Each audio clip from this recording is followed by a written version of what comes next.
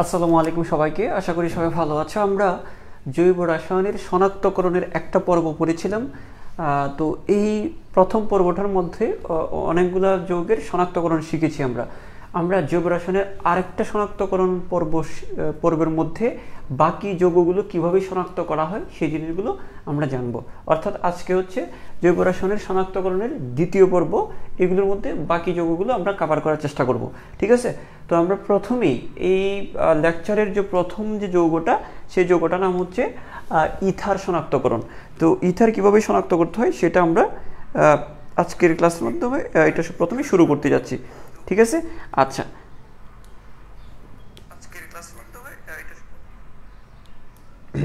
আচ্ছা, সব কিছু ঠিকঠাক আছে আই গেস?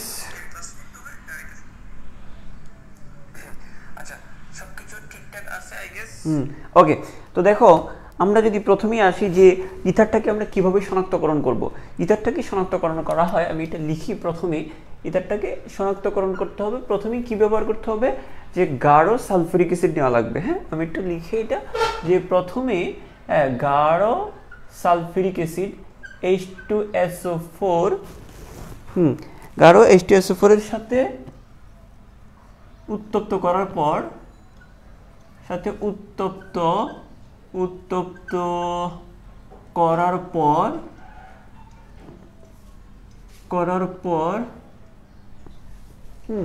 PCl5 সহ বিক্রিয়া,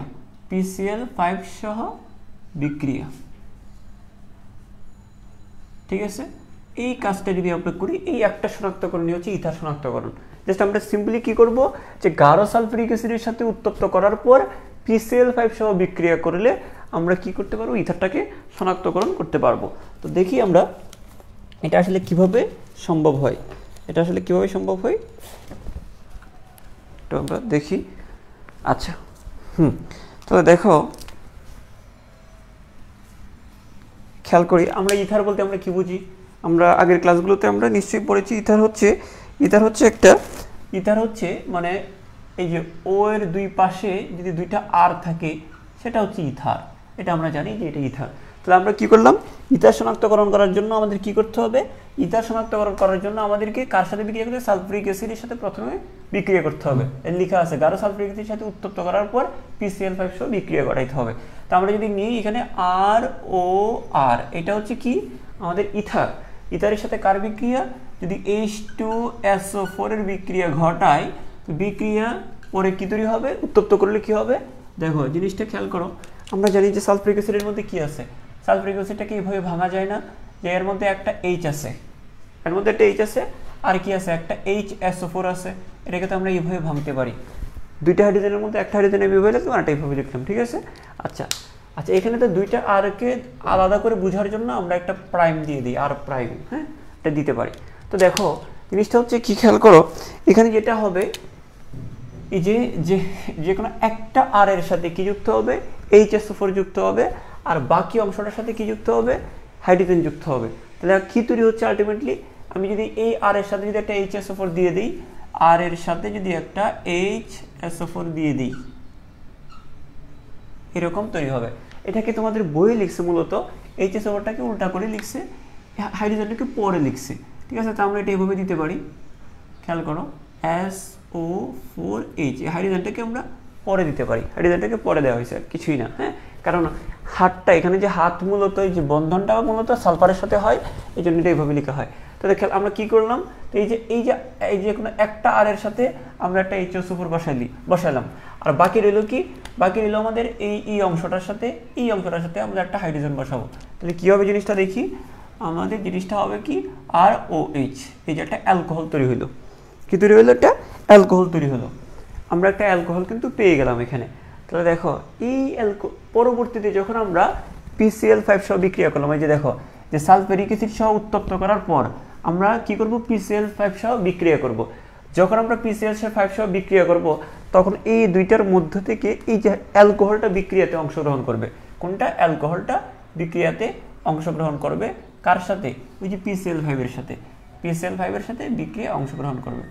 এবং যখন বিক্রিয়াটা হবে তখন কি তৈরি হবে একটু খেয়াল করি আমরা, তখন তৈরি করবে হচ্ছে, খেয়াল করো, তখন তৈরি হবে, দেখো এখান থেকে একটা ক্লোরিন মনে রাখবা এই ধরনের বিক্রিয়াটা এইভাবে মনে রাখতে পারো যে দেখো এই পাশে কি আছে আর আছে, এই পাশে আছে কি হাইড্রোজেন, তাহলে আর কে একটা ক্লোরিন দিয়ে দিবে, তাহলে কি হবে দেখো তো, আর কে যদি একটা ক্লোরিন দিয়ে দেয় তাহলে হবে কি RCl, আর কে একটা ক্লোরিন দিয়ে দিলে কি হয়ে গেল RCl, হাইড্রোজেনকে একটা ক্লোরিন দিয়ে দিলে কি হয়ে যাবে, হাইড্রোজেনকে একটা ক্লোরিন দিয়ে দিলে হয়ে যাবে HCl।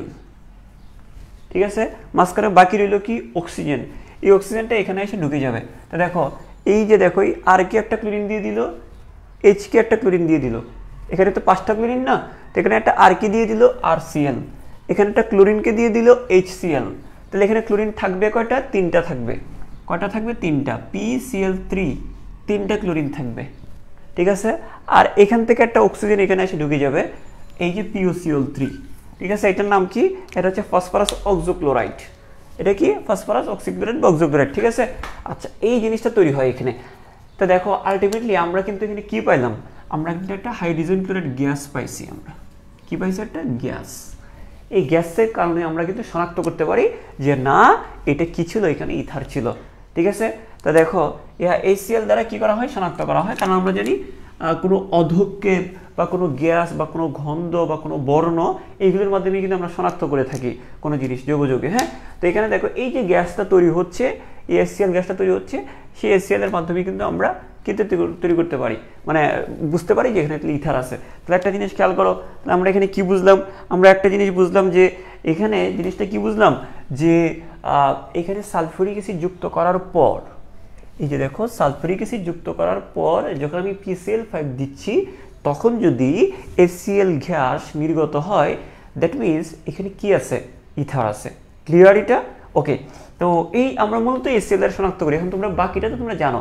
আসলে স্যার HCl দ্বারা এখানে যদি আমরা কি করি, একটা অ্যামোনিয়া মিশ্রিত গ্লাস রড নেই, অ্যামোনিয়া মিশ্রিত গ্লাস রড যদি নেই, অ্যামোনিয়া মিশ্রিত গ্লাস রড নেই, তাহলে HCl এর সাথে আমরা যদি অ্যামোনিয়াটা মিক্সড করে আমি এখানে যদি ধরি, তাহলে HCl এর সাথে বিক্রিয়া করে অ্যামোনিয়াম ক্লোরাইডের কি তৈরি হবে, সাদা ধোঁয়ার সৃষ্টি করবে। এই যে এই জিনিসটা তৈরি হবে, সাদা ধোঁয়ার সৃষ্টি হবে। তো এটা আমরা জানি, এটা আমি লিখলাম না, এটা তোমাদেরকে এই জায়গাতে লিখলাম না, তোমরা পরীক্ষাটা লিখে দিবা। কারণ যেখানে যেখানে HCl পাবা ওই যে একটা কথা বলবা, অ্যামোনিয়াম মিশ্রিত গ্লাস রড ধরলে এখানে সাদা ধোঁয়ার সৃষ্টি হয়, অ্যামোনিয়াম ক্লোরাইড সাদা ধোঁয়ার সৃষ্টি হয়। তো মূলত আলটিমেটলি আমরা বুঝতে পারতেছি এখানে HClটাই শনাক্তকারী এজেন্ট। হ্যাঁ, আচ্ছা, তো আমাদের এই জিনিসটা কিন্তু কমপ্লিট। আমরা তাহলে এখানে কয়েকটা বিষয় একটু মাথায় রাখতে হবে। দেখো একটা জিনিস খেয়াল করো, এই PCl5টা কি, যে PCl5টা কি সরাসরি কি ইথারের সাথে বিক্রিয়া করছে, একটু খেয়াল করো তো। এই যে এই PCl5টা সরাসরি কিন্তু ইথারের সাথে বিক্রিয়া করে নাই, এই PCl5টা বিক্রিয়া করছে ইথার থেকে যে একটা অ্যালকোহল তৈরি হয় ওই অ্যালকোহলটার সাথে বিক্রিয়া করছে। এই জিনিসটা আমাকে একটু খেয়াল রাখতে হবে। তাই আমি আবারও বলছি, খেয়াল করো যে এই যে PCl5টা সরাসরি ইথারের সাথে বিক্রিয়া করে নাই, এই PCl5টা এই ইথার থেকে যে অ্যালকোহলটা তৈরি হয় ওই অ্যালকোহলটার সাথে বিক্রিয়া করছে। তাহলে আমরা এখান থেকে কি বলতে পারি, যে আমরা এখান থেকে বলতে পারি PCl5 সরাসরি, আমি এটা একটু অন্য কালি ইউজ করতে পারি। হ্যাঁ, PCl5 সরাসরি আমরা এটা অন্য কালি ইউজ করে দিই। PCl5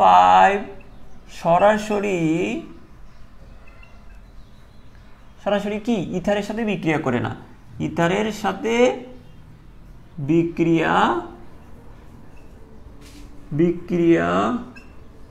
করে HCl তৈরি করে না। ঠিক আছে, ওকে। কিন্তু আমরা বলতে পারি কিন্তু PCl5 কার সাথে বিক্রিয়া করে বলো তো, এই যে অ্যালকোহলের সাথে বিক্রিয়া করে। PCl5 সরাসরি অ্যালকোহলের সাথে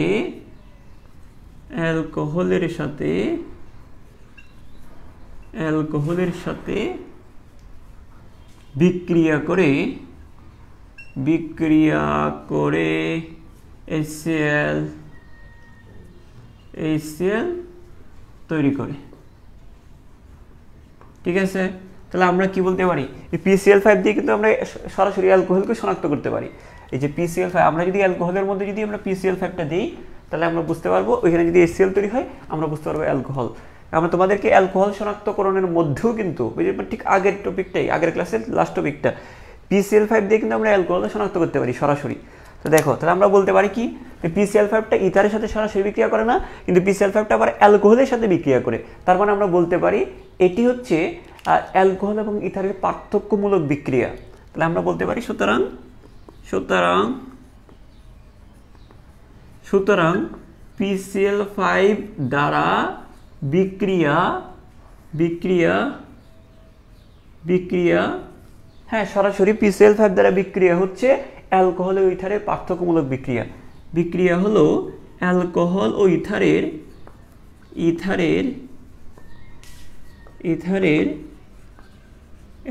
ও ইথারের কি বলো, পার্থক্যসূচক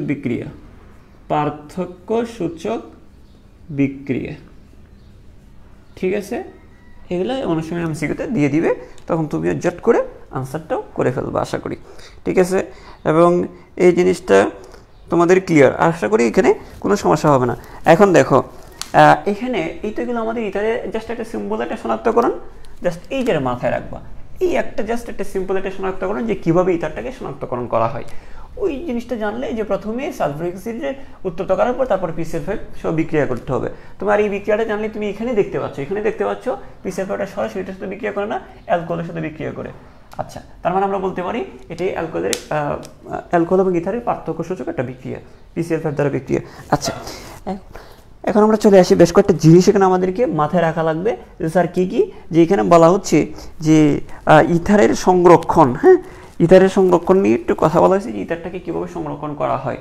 আচ্ছা, আমরা এটা একটু জানি যে আমরা শনাক্তকরণের সাথে সাথে আমরা কিছু এক্সট্রা কিছু ইনফরমেশন আমরা একটু জেনে নিব একই সাথে, কারণ আমাদের আলোচনার সুবিধার্থে।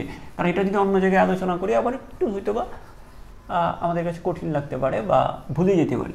তাহলে আমরা ইথারের শনাক্তকরণের মধ্যেই আমরা ইথার নিয়ে আর কয়েকটা বিষয় আমরা পড়ে নিব, যে ইথারটাকে কীভাবে সংরক্ষণ করে রাখি আমরা। হ্যাঁ, প্র্যাকটিক্যালি আমরা কীভাবে ইথারটাকে সংরক্ষণ করি এবং ইথারটার প্র্যাকটিক্যালি ব্যবহার কী কী সেগুলো একটু জেনে নিব এখানেই। যদিও এটা শনাক্তকরণের মধ্যে পড়ে না, তারপর আমরা এই জিনিসগুলো শিখে ফেলবো একসাথে, তাহলে আমাদের জন্য পড়াটা সহজ হবে। তো দেখো ইথারের সংরক্ষণ। তাহলে আমরা এখানে আচ্ছা যদি দুই পাশে যদি কী করি, দুই পাশে যদি C2H5, এটা তো ইথাইল। আমরা ইথার মানে কি, ইথার মানে ROR। তা আমরা এই পাশে আর মানে তো কি অ্যালকাইল, হ্যাঁ, এই আর মানেও অ্যালকাইল। আমরা এই পাশে যদি একটা ইথাইল নিই C2H5, এই পাশেও যদি একটা অ্যালকাইল নিই C2H5 মানে ইথাইল নেই, এটাও ইথাইল, এটাও ইথাইল। তো এটার নাম কি হলো ডাই ইথাইল ইথার। দুইটা ইথাইল, যে এদিকে একটা ইথাইল এদিকে একটা ইথাইল, তাহলে কি হলো ডাই ইথাইল ইথার। C2H5 মানে তো ইথাইল, তোমরা জানো, এটা হচ্ছে ডাই ইথাইল ইথার। তাহলে আমরা এখানে পড়বো কি ডাই ইথাইল ইথারের সংরক্ষণ। হ্যাঁ, ডাই ইথাইল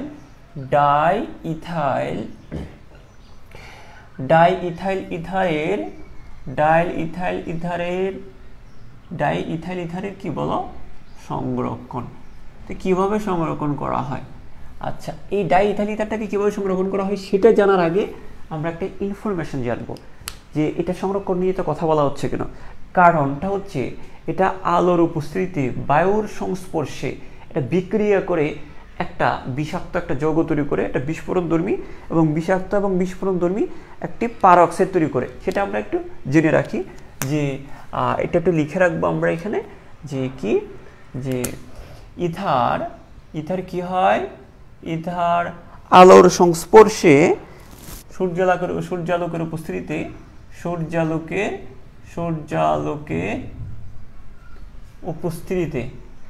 উপস্থিতিতে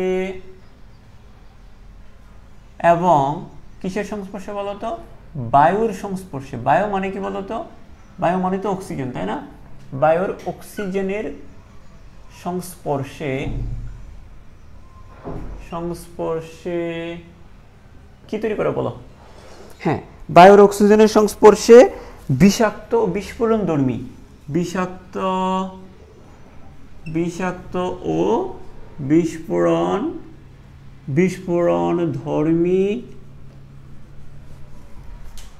বিস্ফোরণধর্মী হ্যাঁ পারঅক্সাইড তৈরি করে। বিস্ফোরণধর্মী কি তৈরি করে? পারঅক্সাইড তৈরি করে। যেন আমি একটা উদাহরণ দিই, পারঅক্সাইড কি জিনিসটা? হ্যাঁ, পারঅক্সাইড মানে হচ্ছে কি, ওই ইথার মানে তো একটা অক্সিজেন না, তার ভিতরে যদি আরো একটা অক্সিজেন ঢুকে যায় সেটাকে বলা হয় পারঅক্সাইড। তাহলে পারঅক্সাইডের সংকেতটা এখানে লিখে দেই যদি সংক্ষেপে, এই আর ও ও আর এইরকম জিনিসটাকে আমরা বলবো পারক্সাইড। যদি দুই পাশে ইথাইল দিয়ে দিই তাহলে কি ডাইইথাইল পারক্সাইড। তো দেখো পারক্সাইড মানে হচ্ছে এখানে একটা অক্সিজেনের জায়গায় যদি দুইটা অক্সিজেন থাকে তাহলে একটা অক্সিজেন থাকলে বলা হয় ইথার, দুইটা অক্সিজেন থাকলে বলা হয় পারক্সাইড। তো বলা হচ্ছে যে ইথারের সূর্যালোকের উপস্থিতিতে, মানে দুইটা জিনিস খেয়াল করো, বলা হচ্ছে এই যে ইথারটা কিসের উপস্থিতিতে, সূর্যালোকের উপস্থিতিতে এবং আর কার উপস্থিতিতে, বায়ুর অক্সিজেনের উপস্থিতিতে বা সংস্পর্শে কি তৈরি করবে, এই পারক্সাইডটা তৈরি করে ফেলবে। এবং এই পারক্সাইডটা কেমন বলেই দেওয়া হয়েছে, এই পারক্সাইড হচ্ছে বিষাক্ত এবং এটা বিস্ফোরণ ধর্মী। তো যে কোনো সময় অঘটন ঘটে যেতে পারে, বিস্ফোরণ হতে পারে, বা এই বিষাক্ত জিনিসটা, হ্যাঁ এটা কি হতে পারে, এটা বিষাক্ত জিনিসটা আমাদের কি, যেহেতু আমরা ইথারটা বিভিন্ন চেতনানাশক হিসেবে ব্যবহার করি, বেহুশ করার কাজে যেহেতু ইথার ব্যবহার করি, খেয়াল করো একটা জিনিস খেয়াল করো, আমরা ইথারটাকে ব্যবহার করি বেহুশ করার কাজে, যে অপারেশন করতে গেলে বেহুশ করতে হয় চেতনানাশক, হ্যাঁ ইথারটাকে চেতনানাশক হিসেবে ব্যবহার করি। এখন ইথারটা যদি আলো আর বায়ুর উপস্থিতিতে ওই বিষাক্ত পারক্সাইড তৈরি হয়ে থাকে, আর একজন রোগীকে যদি আমরা ওই ইথারটা দিয়ে দিই, ওই ইথার দিচ্ছি মানে পারক্সাইডটা দিচ্ছি, তার মানে কি রোগী বেহুশ তো হবে, আজীবনের জন্য বেহুশ হয়ে যাবে, আর উঠবে না, তাই না? তো এই জন্য আমাকে কি করতে হবে, এটাকে এই ডাইইথাইল ইথার বা ইথারগুলোকে একটা নির্দিষ্ট একটা এখানে কি করতে হবে, আমাকে একটা সুন্দরভাবে সংরক্ষণ করতে হবে যেন এই জিনিসটা তৈরি না হয়, ঠিক আছে, এই পারক্সাইডটা যেন তৈরি না হয়। তো এখানে একটা তো এটা এটা এটা কীভাবে আমরা সংরক্ষণ করতে পারি, এটাকে আমরা কীভাবে সংরক্ষণ করতে পারি সেখানে কিন্তু বলা আছে, যে সিস্টেমটা বলা আছে। দেখো আমরা এটা কীভাবে সংরক্ষণ করতে পারি একটু খেয়াল করো, এটা সংরক্ষণের যে সিস্টেমটা হচ্ছে তোমার কিন্তু এই লাইনের মধ্যে বলা আছে তুমি কীভাবে সংরক্ষণ করবা। প্রথম কথাটা কী বলছে দেখো, সূর্যালোকের উপস্থিতিতে এই ঘটনাটা হয়, এই বিক্রিয়াটা হয়, আর কিসের উপস্থিতিতে, বায়ুর সংস্পর্শে। তাহলে আমার কী করতে হবে, ওই জিনিসটাকে আমরা সূর্যের আলোকের আড়ালে রাখতে হবে আর বায়ুর অনুপস্থিতিতে রাখতে হবে, ঠিক আছে। তো প্রথম কথা হচ্ছে, এক নম্বর হচ্ছে সংরক্ষণটা যদি আমরা করতে যাই তাহলে এক নম্বর কাজ হচ্ছে কি দেখো, এক নম্বর কাজ হচ্ছে আমরা এটাকে বাদামি বা কালো বোতলে কালো কাগজে মুড়িয়ে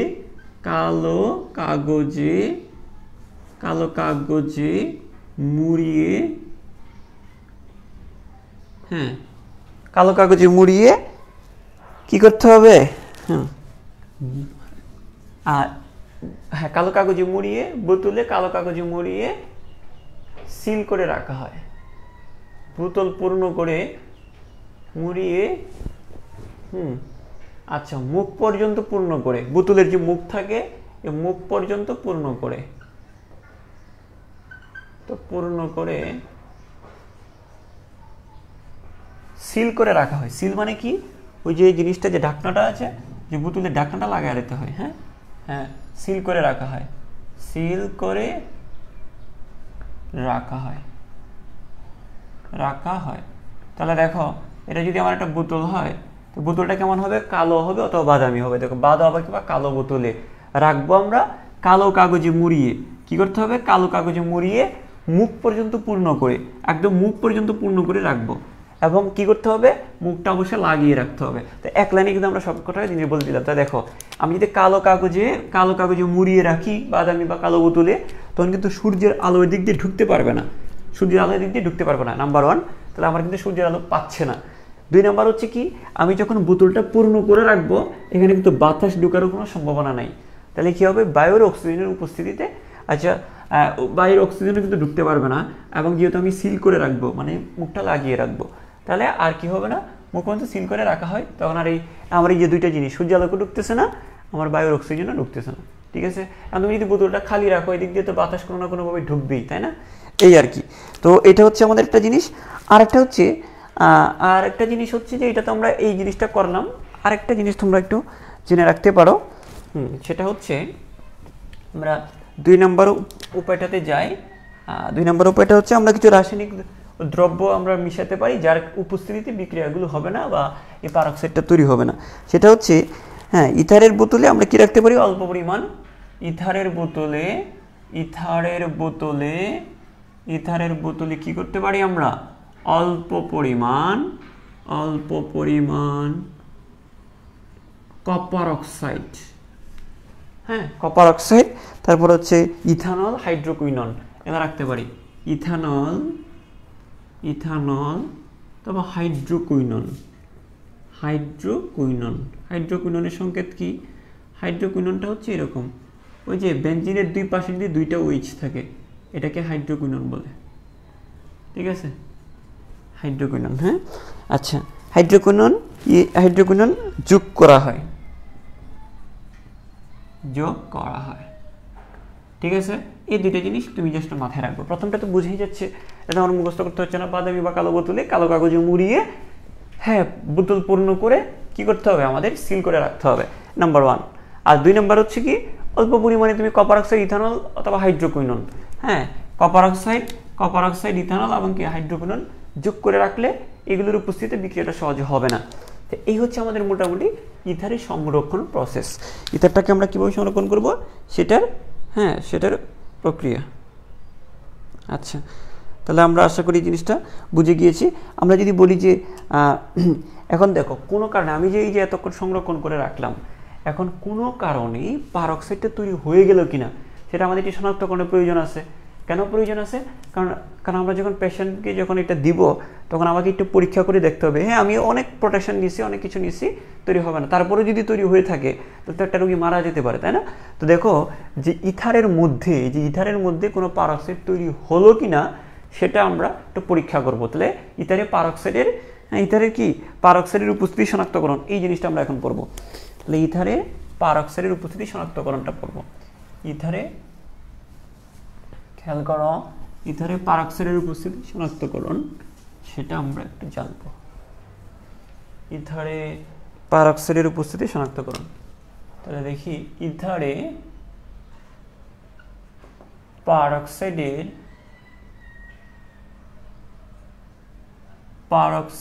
উপস্থিতি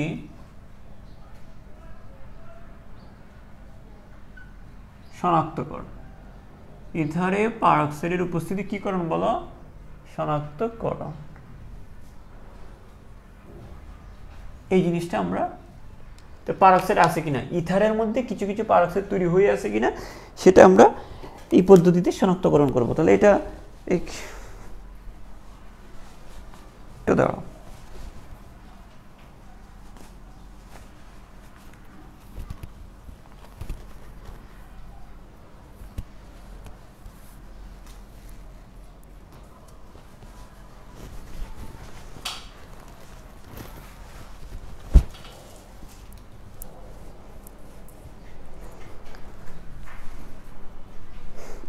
আচ্ছা, তাহলে এটা আমরা শনাক্তকরণ করবো। তাহলে দেখো এখানে কিভাবে শনাক্তকরণ করবো এটা আমরা একটু লিখে ফেলি। স্টার্চ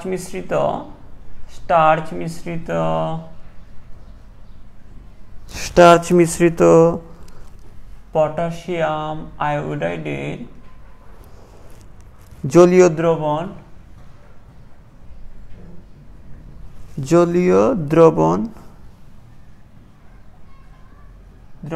যোগ করে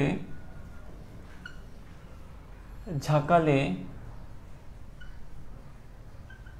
জলীয় দ্রবণ কি করতে হবে? যোগ করে ঝাঁকালে যদি দ্রবণটি নীল হয়, যদি দ্রবণটি কি হয় বলো? যদি দ্রবণটি নীল হয় তাহলে আমরা বুঝবো কি নীল হয়, তবে পারক্সাইড আছে। তবে কি বুঝবো? পারক্সাইডের উপস্থিতি রয়েছে, পারক্সাইড রয়েছে। তো দেখো আমরা ইথারেরটাকে কি করব, দেখো কয়টা জিনিস নিচ্ছি, দেখো একটু ভালো করে খেয়াল করতে হবে। স্টার্চ মিশ্রিত পটাশিয়াম আয়োডাইড, তার মানে আমরা কি নিচ্ছি? স্টার্চ নিচ্ছি। তারপর কি নিচ্ছি? পটাশিয়াম আয়োডাইড নিচ্ছি। তারপর কি নিচ্ছি? জলীয় দ্রবণ, মানে জল বা পানি নিচ্ছি। তা দেখো স্টার্চ, পটাশিয়াম আয়োডাইড এবং জল, এই পুরো লাইনটা এভাবে শিখে ফেলবা। স্টার মিশ্রিত পটাশিয়াম আয়োডাইডের জলীয় দ্রবণ, স্টার মিশ্রিত পটাশিয়াম আয়োডাইডের জলীয় দ্রবণ। দেখো স্টার্চ আছে, পটাশিয়াম আয়োডাইড আছে এবং জল আছে। এইগুলো আমরা কিসে নিব? ইথারের মধ্যে নিব। যদি বিক্রিয়া হয়, মানে নীলবর্ণ হয়, যদি দ্রবণটা কি হয়ে যায়? নীল হয়ে যায়, তাহলে আমরা বুঝবো এখানে কি রয়েছে, এখানে পারক্সাইড রয়েছে। তাহলে বিক্রিয়াটা কি আমি যদি একটু দেখাই, তাহলে এখানে আসলে হয়টা কি স্যার? এখানে আসলে হয় কি, এখানে যদি কি হয় সেটা যদি আমরা একটু দেখতে চাই, সেটা হচ্ছে এভাবে দেখি। যদি পারঅক্সাইড থাকে, ধরে নিন যদি পারঅক্সাইড থাকে তাহলে কি হবে, এই যে আর ও আর, এই যে পারঅক্সাইড আছে, ঠিক আছে, এই পারঅক্সাইডটা কি করবে, এই যে পারঅক্সাইডটা এই আর ও, আচ্ছা এটা তো পারঅক্সাইড, এটা তো ইথার, হ্যাঁ, আরটা ও হবে। তাহলে দেখো আমরা যদি এখানে লিখি এই যে পারঅক্সাইড, এই পারঅক্সাইড, এই যে দেখো পারঅক্সাইড আছে আমরা লিখলাম, এই পারঅক্সাইডের মধ্যে আমরা কি নিলাম, এই যে পটাশিয়াম আয়োডাইড আর জলটা প্রথম বিক্রিয়া করবে, পটাশিয়াম আয়োডাইড আর কি জলটা প্রথম বিক্রিয়া করবে, এই যে পটাশিয়াম আয়োডাইড, এই যে পটাশিয়াম আয়োডাইড আর হচ্ছে জল মানে কি পানি, এই যে দেখো এই H2 এটা প্রথমে বিক্রিয়া করবে। স্যার বিক্রিয়া করে কি হয় দেখো, এই পারঅক্সাইড যেটা আছে সেটা হয়ে যাবে ইথার, শব্দটার মতো করে শিখবা। এই জিনিসগুলো কোত্থেকে নিছি আমরা, এটাতে নিছি আমরা এই লাইন থেকে নিছি, কিন্তু মুখস্থ নয়, এই যে লাইন থেকে, যদিও লাইনটা মুখস্থ করতে হবে তোমাদের। এই যে পটাশিয়াম আয়োডাইড, এই যে পটাশিয়াম আয়োডাইড, এই যে জল, এই যে জলটা আগে নিব। স্যার স্টার্চটা নেন নাই কেন, স্টার্চটা পরে আসবে বিক্রিয়াতে। আচ্ছা তাহলে দেখো এই যে জৈব পারঅক্সাইড নিলাম, এটা নিলাম আর এটা নিলাম, দেখছি বিক্রিয়া করে কি তৈরি হয় সেটা তোমাকে শব্দার্থের মধ্যে মুখস্থ রাখা লাগবে। দেখো প্রথম হচ্ছে এই যে ইথার যে পারঅক্সাইডটা আছে, পারঅক্সাইড থেকে তৈরি হয়ে যাবে ইথার, পারঅক্সাইড থেকে স্যার কি তৈরি হবে, ইথার তৈরি হবে। এই যে এখান থেকে একটা অক্সিজেন বের হয়ে যাবে, অক্সিজেন বের হয়ে কোথায় যাবে, এটা পরে। তাহলে এই যে তোমার জাস্ট মনে রাখবা কোনটা বিক্রিয়ার পর কোনটা কি হয়, শব্দতে মনে রাখতে হবে। তো পারঅক্সাইড থেকে কি তৈরি হবে, ইথার তৈরি হবে, এই যে ইথার, এই যে ছিল এটা পারঅক্সাইড, এটা হয়ে গেছে ইথার। আচ্ছা স্যার বুঝলাম। পটাশিয়াম আয়োডাইড থেকে কি হবে, পটাশিয়াম আয়োডাইড থেকে তৈরি হবে আয়োডিন, কি তৈরি হবে, আয়োডিন তৈরি হবে। আর এই যে পানিটা কি তৈরি হবে, পটাশিয়াম হাইড্রোক্সাইড তৈরি হবে, এখানে পানিটা এখানে চলে আসবে, এই পটাশিয়ামটা এখানে এসে পটাশিয়াম হাইড্রোক্সাইড তৈরি করবে। এই যে জাস্ট এভাবে ভেঙে ভেঙে শিখবা, পুরাটা যদি এইভাবে করতে চাও তাহলে মুশকিলে পড়ে যাবা। তাহলে দেখো এই ধরনের বিক্রিয়াতে সমতাটা জরুরি না, তুমি এগুলো বিক্রিয়া কি কি তৈরি হয় সেটা যদি একটা মাথায় রাখতে পারো, তারপর পরীক্ষায় বসে বসে তুমি সমতা করো, যদি তোমার সময় থাকে, সময় না থাকলেও দরকার নেই। তা দেখো এখন আমি যদি বলি যে কী কী বললাম, যে জৈব পারঅক্সাইডের সাথে আমার পটাশিয়াম আয়োডাইড জল নিতে হবে, যে পটাশিয়াম আয়োডাইড এবং জল নিলাম, নেওয়ার পরে বিক্রিয়ার পর কী কী তৈরি হয় জাস্ট আলাদা আলাদা করে শিখবা, পুরো একবার মুখস্থ রাখতে পারবো না। কীভাবে শিখবা, যে আমার পারঅক্সাইডটা তৈরি হবে কি, পারঅক্সাইডটা ইথারে পরিণত হবে, আর যে আয়োডাইডটা নিলাম আয়োডিনে পরিণত হবে, পানিটা পটাশিয়াম হাইড্রোক্সাইডে পরিণত হবে, মনে রাখো আস্তে আস্তে, ঠিক আছে। এই যে দেখো এই যে আয়োডিনটা তৈরি হইলো না, ওই আয়োডিনটা কী করবে দেখো, ওই আয়োডিনটাই এই যে স্টার্চের সাথে বিক্রিয়া করবে। স্যার কার সাথে, স্টার্চের সাথে বিক্রিয়া করবে। ওই স্টার্চটাতে বিক্রিয়া করে একটা জটিল, হ্যাঁ নীল বর্ণের একটা জটিল যৌগ গঠন করবে, সেটা সঙ্গে তোমাকে লিখতে হবে না, স্টার্চের সঙ্গে তো লিখে লাগবে না, এটার সঙ্গে লিখে না, কি লিখবা, নীল বর্ণের একটা জটিল যৌগ তৈরি করবে, নীল বর্ণের কি জটিল যৌগ, নীল বর্ণের কি যৌগ, জটিল যৌগ গঠন। এই যে আমরা নীল বর্ণটা দেখে আমরা বুঝবো তাহলে এখানে পারঅক্সাইড আছে, তাহলে দেখো পারঅক্সাইড আছে বলেই এখানে কিন্তু আয়োডিন তৈরি হয়েছে, আয়োডিন তৈরি হয়েছে বলেই এটা নীলবর্ণ হয়েছে। উল্টা করে যদি বলি নীলবর্ণ কেন তৈরি হয়েছে, কারণ এখানে আয়োডিন তৈরি হয়েছে বলে। স্যার আয়োডিন কেন তৈরি হয়েছে, আয়োডিন তৈরি হয়েছে এখানে পারঅক্সাইড ছিল বলে, এটাতে আমরা পারঅক্সাইডের শনাক্তকরণ করে ফেললাম। তাহলে দেখো এই যৌগের মধ্যে, ইথারের মধ্যে যদি পারঅক্সাইড থাকে অবশ্যই এখানে নীলবর্ণের জটিল যৌগ গঠিত হবে, ঠিক আছে। তা এখন দেখো তাহলে আমরা পারঅক্সাইডটা শনাক্ত করে ফেললাম। এখন এই হচ্ছে যদি কোনো কারণে যদি পারঅক্সাইড এভাবে পেয়ে যায়, ওই পারঅক্সাইডগুলোকে দূর করবো কীভাবে আমরা, তাহলে দেখো পারঅক্সাইডটাকে আমরা কীভাবে দূরীকরণ করব সেটা একটু দেখি। তাহলে ইথার থেকে পারঅক্সাইড দূরীকরণ, এখন আমরা পড়ব ইথার থেকে পারঅক্সাইড দূরীকরণ। আমরা এখন একটু জানবো যে কি ইথার থেকে পারঅক্সাইড দূরীকরণ, এটা লিখি।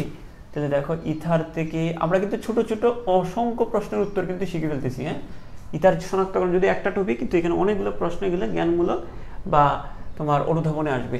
তাহলে দেখো কি বলছি, ইথার থেকে পারঅক্সাইড দূরীকরণ, ইথার থেকে পারঅক্সাইড দূরীকরণ, এমসিকিউতে তো পাবাই, এটা তো বলা লাগে না। ইথার থেকে পারঅক্সাইড দূরীকরণ, ইথার থেকে কি বলতো, পারঅক্সাইড দূরীকরণ।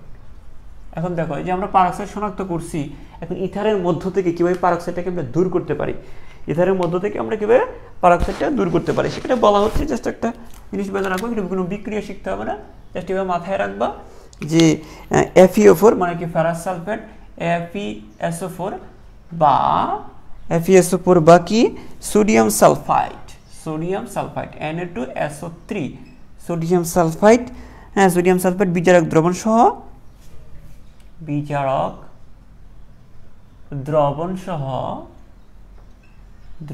সহ ইথারকে জাখালে, ইথারকে কি করলে জাখালে, ইথারকে জাখালে কি হয়, পারক্সাইড মুক্ত ইথার পাওয়া যায়, পারক্সাইড মুক্ত ইথার পাওয়া যায়। পারক্সাইড মুক্ত, জাস্ট দুইটা নাম মনে রাখবা, হ্যাঁ, আর জাখানোটা তো আর শিখতে হবে না, এমনিতেই তোমরা জাখাতে পারবা। ফেরাস সালফেট এবং সোডিয়াম সালফেটের বিজারক দ্রবণ সহ ইথারকে জাখালে পারক্সাইড কি হবে বলো, হ্যাঁ, পারক্সাইড মুক্ত ইথার পাওয়া যায়, ইথার পাওয়া যায়, ইথার পাওয়া যায়, ঠিক আছে। আচ্ছা, এই তো গেল আমাদের এই জিনিসটা। এখন আমরা ব্যবহারটা পড়বো। স্যার এটার ব্যবহার কি? এই যে ইথার পারক্সাইড দূরীকরণ এটা হইলো, তাহলে স্যার এত কিছু যে করতেছি আমরা, ইথারের কি কি ব্যবহার, তাহলে ইথারের ব্যবহারগুলো আমরা পড়ে নিই। হ্যাঁ, তোমরা অলরেডি কিন্তু জানো ইথারের একটা ব্যবহার কিন্তু আমি বলে ফেলছি, যে এটা কিন্তু চেতনানাশক হিসেবে ব্যবহার করা হয়। হ্যাঁ, ইথারের ব্যবহার এটা কিন্তু কিসে ব্যবহার করা হয়, চেতনানাশক হিসেবে ব্যবহার করা হয়। তাহলে নাম্বার 1 আমি যদি বলি, আরও আরেকটা জিনিস হিসেবে ব্যবহার করা হয়। আচ্ছা, নাম্বার 1টা লিখে ফেলি, চেতনানাশক, চেতনানাশক রূপে, চেতনানাশক রূপে ব্যবহৃত হয় 1। হ্যাঁ, তারপর হচ্ছে 2 নম্বরে যদি আমরা বলি, হ্যাঁ, এটা কিন্তু এই রাসায়নিকভাবে এটা নিষ্ক্রিয় হওয়ার কারণে এটাকে বিভিন্ন দ্রাবকে আমরা ব্যবহার করে থাকি। দ্রাবকগুলো দেখো, দ্রাবক যদি নিষ্ক্রিয় না হয় তাহলে অন্য কারোর সাথে বিক্রিয়া করে ফেলবো, তো আমরা দ্রাবক হিসেবে ব্যবহার করতে পারবো না।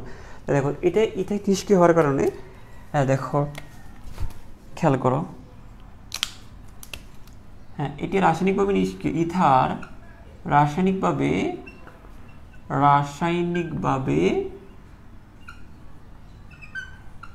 নিষ্ক্রিয় হওয়ায়, ইথার রাসায়নিকভাবে নিষ্ক্রিয় হয়, ইথার রাসায়নিকভাবে নিষ্ক্রিয় হয় কিসে ব্যবহার করবো আমরা, সেলুলোজ এস্টার, তৈল চর্বি ও রেজিনের উত্তম দ্রাবক হিসেবে ব্যবহার করা হয়। হ্যাঁ, সেলুলোজ এস্টার, সেলুলোজ এস্টার এটা একটা যৌগের নাম, সেলুলোজ এস্টার, তারপর হচ্ছে তৈল চর্বি এবং রেজিনের উত্তম দ্রাবক, উত্তম দ্রাবক হিসেবে ব্যবহৃত হয়, আমরা তো নর্মালি দ্রাবক হিসেবে আমরা পানি ব্যবহার করি না, এগুলো এই যে ইথারটা কিন্তু কিছু কিছু ক্ষেত্রে ব্যবহার করা হয় দ্রাবক হিসেবে। তো দেখো, ইথার রাসায়নিকভাবে নিষ্ক্রিয় হয় সেলুলোজ এস্টার, তৈল চর্বি এবং রেজিনের দ্রাবক হিসেবে ব্যবহার করা হয়ে থাকে। তারপর আমরা যদি দেখি 3 নাম্বার হচ্ছে এটা ইথার, আচ্ছা এটা কিন্তু তাহলে এই দুইটা ব্যবহারই মনে রাখবো, এই একটা ব্যবহার, জাস্ট দুইটা ব্যবহার আমরা মনে রাখবো। তবে ইথারের একটা বিষয় হচ্ছে, ইথারের মধ্যে এটা একটু মনে রাখবো, এটা এমনি এমসিকিউর জন্য, ইথারে কিন্তু কোনো রাসায়নিক মানে কোনো হাইড্রোজেন বন্ধন নাই, ঠিক আছে, ইথারে কোনো হাইড্রোজেন বন্ধন নাই। তো ইথারে হাইড্রোজেন বন্ধন না থাকায়, ইথারে হাইড্রোজেন বন্ধন না থাকায়, হ্যাঁ ইথারে হাইড্রোজেন বন্ধন না থাকায় কি হয়, এটি মানে হাইড্রোজেন বন্ধন থাকলে কি হইতো, একটা অণুর সাথে একটা অণু আটকে থাকতো, আকৃষ্ট থাকতো, মানে তরল হিসেবে থাকতো। কিন্তু মানে তরল না, বেসিক্যালি মানে জিনিসটা হচ্ছে মানে একে ফুটাইতে বেশি তাপ দিতে হইতো বা গলাইতে বেশি তাপ দিতে হইতো। তো দেখো, ইথারের হাইড্রোজেন বন্ধন না থাকায়, হাইড্রোজেন বন্ধন নাই মানে কি, বন্ধন নাই মানে কি, সহজেই এরা কি হয়, বাষ্পীভূত হয়, মানে উদ্দায়ী হয়। বন্ধন নাই মানে একজন একজনের সাথে আকৃষ্ট না, একটা অণুর সাথে একটা অণু কি নয়, এত বেশি আকৃষ্ট না, তো সহজেই এটাকে কি করা যায়, বাষ্পীভূত বা উদ্দায়ী করা যায়, ঠিক আছে।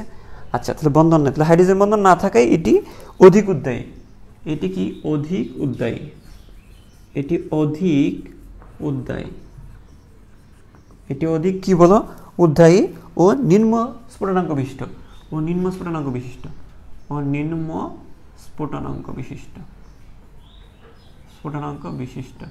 তা দেখো, এখন তোমাকে যদি বলে, পরীক্ষায় যদি বলে যে পানি দিছে ইস্টু, তারপরে অ্যালকোহল দিছে আর ইথারে দিছে, তোমাকে যদি বলে যে নিচের কোনটি অধিক উদ্দায়ী, তখন উত্তর কি হবে, এইটা হবে, কারণ ইথারের মধ্যে কোনো হাইড্রোজেন বন্ধন নাই। কারণ দেখো, এখানে হাইড্রোজেন বন্ধন আছে, হাইড্রোজেন বন্ধন থাকার জন্য আগে পোল তৈরি করতে হয়।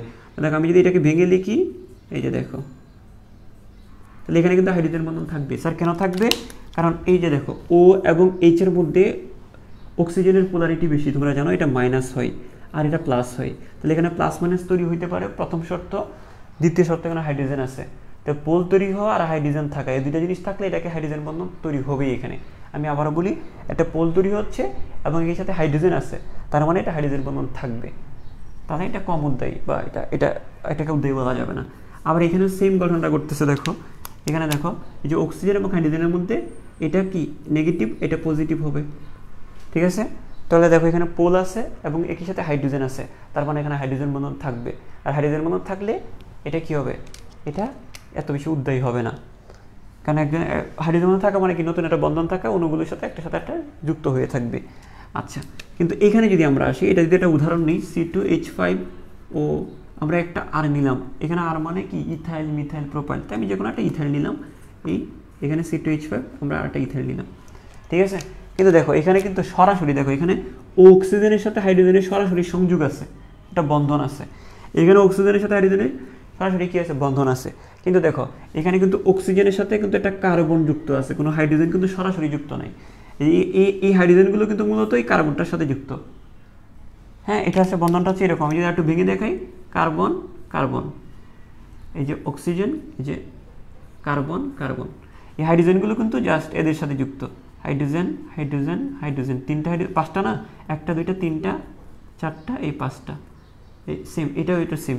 তো দেখো কোনো এই অক্সিজেনটা কি কোনো হাইড্রোজেনের সাথে কি যুক্ত আছে, এটা কোনো হাইড্রোজেনের সাথে যুক্ত নাই, তার মানে এখানে কোনো নেগেটিভ আর পজিটিভ পোল তৈরি হবে না, আর পোল তৈরি না হওয়া মানে এখানে হাইড্রোজেন বন্ধন থাকবে না। তা তুমি জিনিসটা আশা করি বুঝতে পেরেছো এখন।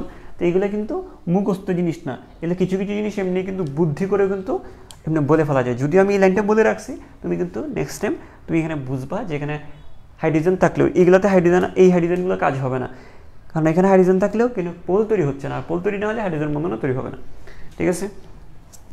তা আশা করি তোমরা এই জিনিসটা বুঝতে পেরেছো। আমরা যদি নেক্সট টপিকে যাই, আমরা যদি কী করি নেক্সট টপিকে যাই, তাহলে একটু দেখি যে এই তো গেল আমাদের ইথারের যাবতীয় বিষয় আমরা শেষ করলাম, ঠিক আছে। যদিও ইথার পার্টটা একটু লম্বা, তারপরেও এটা একটু মাথায় রাখবা। আমরা যদি নেক্সটে যাই, আমরা নেক্সট একটা লম্বা পাবো অ্যামিন। হ্যাঁ, আমরা অ্যামিনে চলে যাই, একটু খেয়াল করো।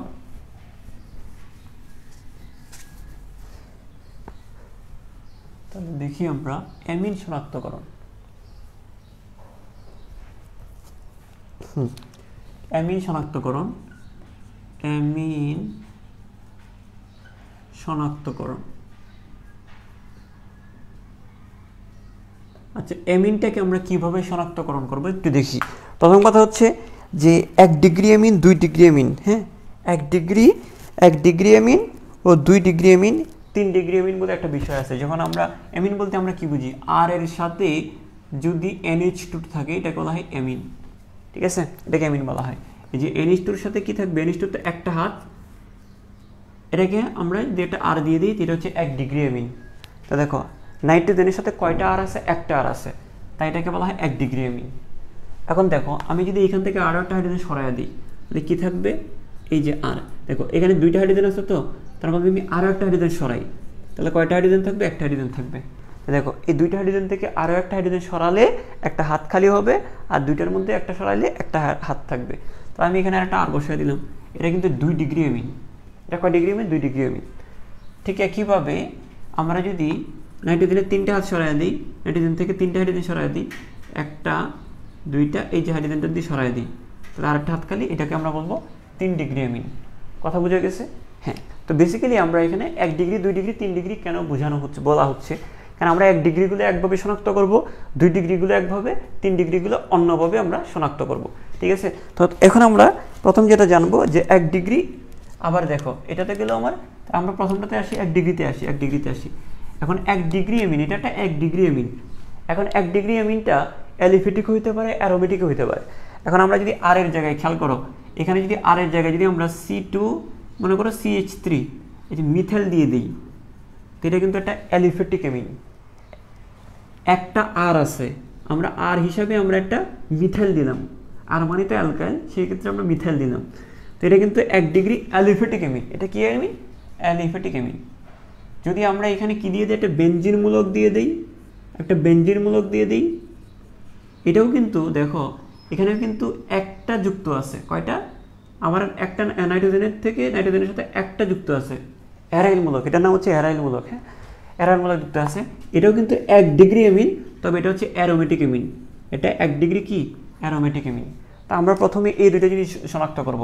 1 ডিগ্রি অ্যালিফেটিক এমিন, অ্যালিফেটিক মানে কি, মিথাইল, এই যে আর এর পরিবর্তে মিথাইল, ইথাইল, প্রোপাইল যদি থাকে সেটাকে বলো আমরা 1 ডিগ্রি অ্যালিফেটিক এমিন। যদি এই আর এর পরিবর্তে বেনজিন মূলক থাকে সেটাকে আমরা বলো অ্যারোমেটিক এমিন। ঠিক আছে, তো প্রথমে আমরা যে জিনিসটা শনাক্ত করব 1 ডিগ্রি অ্যালিফেটিক এমিন ও 1 ডিগ্রি অ্যারোমেটিক এমিন বলা হয়, শনাক্তকরণ করব। তো প্রথমে আমরা একটা লিখি, প্রথমে আমরা লিখব যে কি 1 ডিগ্রি অ্যালিফেটিক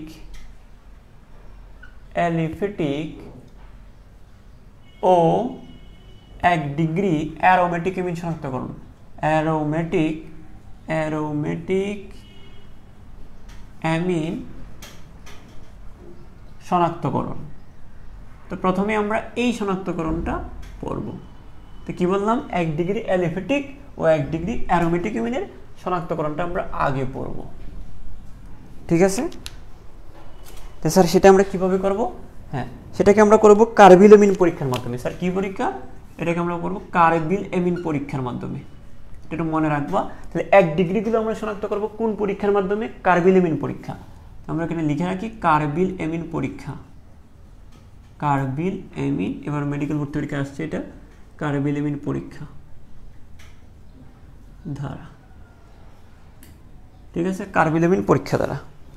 তো দেখো এখন স্যার কার্বিল এমিন পরীক্ষা বলতে আমরা কি বুঝি একটু যদি বলি। স্যার কার্বিল এমিন পরীক্ষা বলতে আমরা কি বুঝি? কার্বিল এমিন বলতে কার্বিল এমিন হচ্ছে, দেখো এখান থেকে আমাদের মাথায় রাখতে হবে ওই যে একটা নাম, তাহলে আমরা 1 ডিগ্রি এমিন 2 ডিগ্রি এমিন শনাক্ত করবো কার্বিল এমিন। দেখো এমিন এমিন এমিন এমিন কিন্তু মিল আছে, তাই না? তা দেখো এমিন শনাক্ত করবো কার্বিল এমিন পরীক্ষার সাহায্যে। এমিন শনাক্ত করবো কিসের মাধ্যমে বলো? কার্বিল এমিন পরীক্ষার মাধ্যমে। তা আমরা একটু খেয়াল করি, এই কার্বিল শব্দটা দিয়ে আমরা কয়েকটা নাম শিখে ফেলবো বা মনে রাখার চেষ্টা করব। এই কার্বিল জিনিসটা দিয়ে মনে রাখবো, কারণ পরীক্ষার হলে তোমাকে কার্বিল কথাটা বলবে। এই কার্বিলের সাথে সাথে তুমি মনে রাখবা এখানে কি কি নিতে হবে। তুমি এক কথা হচ্ছে ক্লোরোফর্ম নিবা। কি নিবা? এখানে ক্লোরোফর্ম নিতে হবে। ক্লোরোফর্ম যেটার সংকেত কি? ক্লোরোফর্মের সংকেত হচ্ছে কি CHCl3। তোমরা জানো এটা, ক্লোরোফর্মের সংকেত মুখস্থ করবা। এই যে ক্লোরোফর্ম নিতে হবে এই ক্ষেত্রে, প্লাস এই যে ক দিয়ে মিল আছে, কি ক দিয়ে মিল আছে ক্লোরোফর্ম। আবার ক দিয়ে মনে রাখবা এই যে কার্বিল দিয়ে মনে রাখবা অ্যালকোহলিক, এই যে অ্যালকোহলিক KOH নিব আমরা। এই যে দেখো, তো দেখো আমরা কার্বিল এমিন পরীক্ষায় কি নিতে হবে? Chloroform KOH। তা দেখো তোমার কথা হচ্ছে কিচ্ছু মনে থাকবে না তোমার পরীক্ষায়, তোমাকে জাস্ট বলবে যে কার্বিল এমিন পরীক্ষাটা লিখো, বা এরকম বলতে পারে, বা অনেকভাবে প্রশ্নটা করতে পারে। তো দেখো কার্বিল দিয়ে জাস্ট তুমি দুইটা জিনিস মনে রাখবা, এক ক্লোরোফর্ম KOH। দেখো দুইটাই ক দিয়ে, এই যে দেখো ক, এই যে ক, তাহলে ক্লোরোফর্ম KOH, হ্যাঁ অ্যালকোহলিক KOH ব্যবহার করতে হয়। তাহলে আমরা একটু নেই, তাহলে আমরা যদি প্রথমে নেই এই যে আর, আমরা বিক্রিয়াটা দেখি এখন। এই যে আর, এই যে অ্যামিন পরীক্ষা করতেছি না আমরা কি পরীক্ষা করতেছি? দেখো এই যে RN2 পরীক্ষা, মানে অ্যামিন পরীক্ষা। এটা কয় ডিগ্রি বলো তো? এই যে 1 ডিগ্রি অ্যালিফেটিক, 1 ডিগ্রি অ্যারোমেটিক। এটা তো 1 ডিগ্রি না, কারণ আমার তো হচ্ছে একটা হাইড্রোজেন সরে গিয়ে আমার এখানে কি বসছে? একটা আর বসছে। একটা আর মানে 1 ডিগ্রি। তো এই 1 ডিগ্রি এমিনটাকে শনাক্ত করার জন্য আমরা কি পরীক্ষা করব? কার্বিল এমিন পরীক্ষা করব। 1 ডিগ্রি এমিন শনাক্তের জন্য কি বলো? এটা 1 ডিগ্রি এমিন শনাক্তের জন্য কি করব? কার্বিল এমিন পরীক্ষা করব। কার্বিল এমিন পরীক্ষাটা মানে কি? এই দুইটা জিনিস সহ পরীক্ষা। তাহলে দেখো কি কোন দুইটা জিনিস খেয়াল করো। একটা হচ্ছে ক্লোরোফর্ম CHCl3, আর একটা কি স্যার বলো তো? KOH। এই দুইটা জিনিস আমরা নিব। ঠিক আছে, হয়ে গেল। এখন বিক্রিয়ার পর কি তৈরি হবে? এই ধরনের বিক্রিয়াগুলো আমরা শব্দার্থের মতো করে শিখব, যে বিক্রিয়ার আগে আছে এই, বিক্রিয়ার পরে এই, মানে একটা একটা করে আমরা শিখব রূপান্তর। হ্যাঁ, আচ্ছা তাহলে এই যে RN একটু খেয়াল করো। আমরা একটা যদি খেয়াল করি, এই যে এখানে দেখো, এখানে 2টা হাইড্রোজেন আছে না স্যার? স্যার কয়টা হাইড্রোজেন আছে এখানে? 2টা হাইড্রোজেন আছে। এই যে 2টা হাইড্রোজেন আছে না, ওই 2টা হাইড্রোজেন সরে যাবে। ঠিক আছে, 2টা হাইড্রোজেন সরে গিয়ে, হ্যাঁ সরে গিয়ে এই জায়গাতে কি বসে যাবে? এই যে এই জায়গাটাতে কার্বন বসে যাবে, এই জায়গাতে কার্বন বসে যাবে। আর হাইড্রোজেনগুলো কোথায় চলে আসবে? ওই হাইড্রোজেনগুলো এখানে চলে আসবে। তাহলে দেখো এটা এটার মতো থাক, এটা এটার মতো থাক, এটা অ্যালকোহলিক। আচ্ছা এটাকে নেশাগ্রস্ত ক্ষারও বলতে পারি আমরা। অ্যালকোহলিক হয়েছে মানে কি? নেশাগ্রস্ত ক্ষার। সে কি চাইবে? সে একটা ক্ষার কি চায়? নেশা করে দিলে একটা ক্ষার কি চায়? সে চাইবে কিছু অ্যাসিড চাইবে। কি চাইবে? অ্যাসিড চাইবে। দেখো খেয়াল করো, এগুলো জাস্ট আমি যেমনি যেমনি বলতেছি এমনি এমনি জাস্ট খেয়াল করলে মনে রাখতে পারবা। দেখো এই দুইটা হাইড্রোজেন যদি সরে যায় তাহলে এখানে কয়টা হাত খালি হবে? দেখো তো আর এন। দুইটা হাইড্রোজেন যদি সরে যায় দুইটা হাত খালি হবে। যে দুইটা হাইড্রোজেন সরে গেল দুইটা হাত খালি হবে। ওই খালি হাতে কি বসে যাবে? একটা কার্বনকে বসায় দাও। এই যে দেখো একটা কার্বন এখানে এসে বসে যাবে, ঠিক আছে না? কার্বন বসে গেল। আর হাইড্রোজেনটা তাহলে কোথায় চলে আসলো? এই যে হাইড্রোজেন, এই যে সিএল। তাহলে দেখো এখানে একটা হাইড্রোজেন, এখানে দুইটা হাইড্রোজেন, তাহলে কি হয়ে গেল? এইচ, তিনটা হাইড্রোজেন না? এখানে একটা, এখানে দুইটা, তিনটা হাইড্রোজেন হয়ে গেল। তিনটা হাইড্রোজেন, তিনটা ক্লোরিন। এটাকে আমরা এইভাবে লিখতে পারি না? 3HCl লিখতে পারি কিনা? এটাকে আমরা 3HCl লিখতে পারি। মানে অ্যাসিড। হ্যাঁ, অ্যাসিডটা কার সাথে বিক্রিয়া করবে? তিনটা ক্ষারের সাথে বিক্রিয়া করবে, ঠিক আছে? তো দেখো এই হাইড্রোজেনগুলো এখানে এসে HCl হিসাবে এর সাথে বিক্রিয়া করে কি তৈরি করবে বলো তো? হ্যাঁ, পটাশিয়াম ক্লোরাইড তৈরি করবে প্লাস পানি তৈরি করবে। বাকি বিক্রিয়াটা তো তোমরা জানোই, বুঝে গেছে? তো জাস্ট কী করবা? জাস্ট এতটুকু জায়গায় কাজ করবা। জাস্ট তুমি এতটুকু মাথায় একটু রাখো। এটা কিন্তু আমি মুখস্থ লিখি নাই, আমি একটু বুঝে বুঝে কিন্তু এটা করছি। তাহলে দেখো দুইটা হাইড্রোজেন সরাই দিয়ে এখানে একটা কার্বন বসাই দিব। এই যে দেখো এই যে নাইট্রোজেনের সাথে একটা কার্বন বসাইলাম, এই যৌগটার নাম হচ্ছে কার্বিল এমিন। এটার নামে কি? এটার নামে হচ্ছে কি? কার্বিল এমিন। এটার নামই হচ্ছে কি? কার্বিল এমিন। এটার নামই হচ্ছে কার্বিল এমিন, ঠিক আছে? এটা কি অ্যালিফেটিক না? 1 ডিগ্রি। আর মানেই তো অ্যালকাইল, মানে অ্যালিফেটিক যৌগ। এটা হচ্ছে অ্যালিফেটিক। তুমি এই আর এর জায়গায় তুমি CH3 বসাইতে পারো। হ্যাঁ, CH3 বসাইতে পারো। তো এখানে আর এর জায়গায় CH3 বসাতে পারো। যদি এটা মিথাইলেমিন হয় তাহলে মিথাইল কার্বিলেমিন তৈরি হবে। যদি তুমি ইথাইল নাও তাহলে ইথাইল কার্বিলেমিন তৈরি হবে, ঠিক আছে? আচ্ছা, এখন আমরা যদি 1 ডিগ্রি অ্যারোমেটিক এমিনটা ওইভাবে শনাক্তকরণ করা যায়, ঠিক আছে? ও আচ্ছা, এটাকে আমরা শনাক্ত কিভাবে করব? ওই কার্বিলেমিন তৈরি করার মাধ্যমে শনাক্ত হবে। কারণ কার্বিলেমিনের হচ্ছে উগ্র গন্ধ রয়েছে। কার্বিলেমিনের কি রয়েছে বলো তো? কার্বিলেমিনের একটা উগ্র গন্ধ রয়েছে। ওই গন্ধ থেকেই কিন্তু আমরা শনাক্ত করতে পারবো। হ্যাঁ হ্যাঁ, উগ্র গন্ধযুক্ত। এটা হচ্ছে কি? উগ্র গন্ধযুক্ত। এটা একটা নাম আছে, এটা কার্বিলেমিন বা এটার নাম হচ্ছে আইসোসায়ানাইড। আইসোসায়ানাইডও বলা যায়, আইসোসায়ানাইড, কার্বিলেমিন বা আইসোসায়ানাইড। এটা কেমন স্যার? এটা হচ্ছে উগ্র গন্ধযুক্ত। এটা হচ্ছে স্যার উগ্র গন্ধযুক্ত। এই গন্ধটা দেখে কিন্তু আমরা বুঝতে পারবো। হ্যাঁ, আচ্ছা, গেল। তারপরে হচ্ছে আমরা যদি সেকেন্ডে আসি, আমরা যদি অ্যারোমেটিক এমিন নিই, সেম বিক্রিয়া। এই যে অ্যারোমেটিক এমিন, এই যে এখানে জাস্ট কি করলাম? আর এর জায়গায় আমরা একটা বেঞ্জিন মূলক দিয়ে দিলাম। তার সাথে বিক্রিয়া করবে কি? কার্বিলেমিন মানে কি? ক্লোরোফর্ম আর KOH। এটা একটু মুখস্থ রাখো, ক্লোরোফর্ম আর KOH। ক্লোরোফর্ম আর KOH নিলাম। এটা কেমন নিলাম? অ্যালকোহলিক হবে। হ্যাঁ, আচ্ছা, যখন আমরা নিব তাহলে কি হবে? এই যে দুইটা হাইড্রোজেন সরে গিয়ে একটা কার্বন বসে যাবে আগেরটার মতোই। এই যে তুমি এখানে কি দুইটা হাইড্রোজেন সরায় দাও আর এখানে কার্বনটাকে ইন করে দাও, তাহলে কি হচ্ছে বলো তো? কি হচ্ছে বলো না? এই যে দেখো তাকায় আছে, শুধু বলো। এই যে এই যে দুইটা হাইড্রোজেন সরায় দিলাম, দুইটা হাত খালি হবে, ওই জায়গাতে একটা কার্বন বসায় দিব প্লাস। তারপর কি হবে? এই হাইড্রোজেনগুলো সরে গিয়ে HCl তৈরি হবে। তো এটার সাথে বিক্রিয়া করে KCl প্লাস H2। আমার সমতার দরকার নাই, এখানে 3টা KCl তৈরি হবে, 3টা পানি তৈরি হবে। না লিখলেও সমস্যা নাই, এখানে 3 হবে, দরকার নাই এগুলো। তুমি জাস্ট কি তৈরি হয় সেটা মনে রাখবা। তো এই যে দেখো আমরা কিন্তু এটাও কিন্তু একটা কার্বিলেমিন তৈরি হইলো। এটাও কি তৈরি হইলো? একটা কার্বিলেমিন তৈরি হয়ে গেল। এটাও কিন্তু একটা কার্বিলেমিন। এই জন্য এই পরীক্ষাটা, এই যৌগটার নাম কার্বিলেমিন। তাই এই যে যৌগটার নাম কার্বিলেমিন, তাই বলা হয় এটা কার্বিলেমিন পরীক্ষা, ঠিক আছে? তো এটা গেলো আমরা শুধুমাত্র এই পরীক্ষাটা। এই যে দেখো এই পরীক্ষাগুলো আমরা শুধুমাত্র কি করলাম? কয় ডিগ্রির জন্য করলাম বলো তো? এগুলো কিন্তু জাস্ট আমরা 1 ডিগ্রির জন্য করলাম। এই কয় ডিগ্রির জন্য করতে পারলাম? এরা কিন্তু 1 ডিগ্রির জন্য। তো এখন কথা হচ্ছে স্যার 1 ডিগ্রি, 2 ডিগ্রি, 3 ডিগ্রি এটাকে আমরা পার্থক্য করব কিভাবে? হ্যাঁ, সেটারও একটা সিস্টেম আছে। তা দেখো আমরা এখন লিখব যে 1 ডিগ্রি এমিন, 2 ডিগ্রি এমিন এবং 3 ডিগ্রি এমিনের পার্থক্যসূচক বিক্রিয়া। স্যার এমন কিছু পরীক্ষা কি আছে যেটা আসলে 1 ডিগ্রি এমিন বুঝতে পারবো? এটা আমরা তো কিন্তু এই পরীক্ষা দিয়ে বুঝতে পারবো এটা এমিন, কিন্তু আর একটা পরীক্ষা আছে যেটা দিয়ে বুঝতে পারবো এটা কি 1 ডিগ্রি নাকি 2 ডিগ্রি নাকি 3 ডিগ্রি। তোমরা যেমন অ্যালকোহলের বেলায় পড়ছিলা 1 degree alcohol, 2 degree alcohol, 3 degree alcohol কীভাবে শনাক্ত করা হয়, ঠিক একইভাবে এটাকে আমরা শনাক্ত করতে পারবো। ঠিক আছে। আচ্ছা, তো আমরা এই পরীক্ষাটা একটু দেখি যে কিভাবে আমরা শনাক্ত করতে পারবো। তাহলে দেখো, আমরা এখন যে পয়েন্টটা শিখবো যে 1 ডিগ্রি, 2 ডিগ্রি, 3 ডিগ্রি অ্যামিনের পার্থক্যসূচক বিক্রিয়া। অ্যামিনের পার্থক্যসূচক বিক্রিয়া। 1 degree amine, 2 degree amine, 3 degree অ্যামিনের পার্থক্যসূচক বিক্রিয়া। আচ্ছা আচ্ছা, তোমরা কি জানো এই 1 ডিগ্রিকে কি বলা হয়?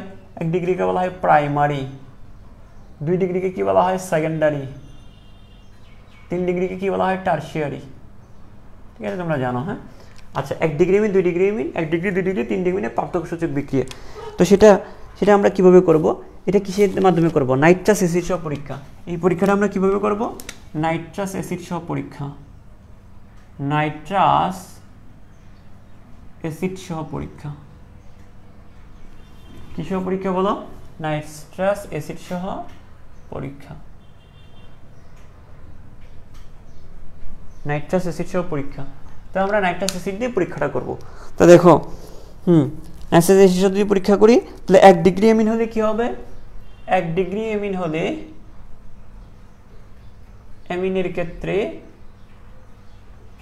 ক্ষেত্রে কি হয় একটা আমরা দেখি।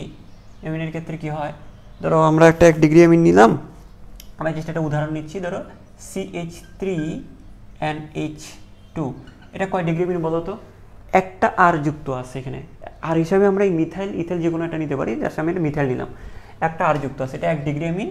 তার সাথে যদি নাইট্রাস অ্যাসিডের বিক্রিয়া হয়, নাইট্রাস অ্যাসিডের বিক্রিয়া HNO2, এটা হচ্ছে নাইট্রাস অ্যাসিড।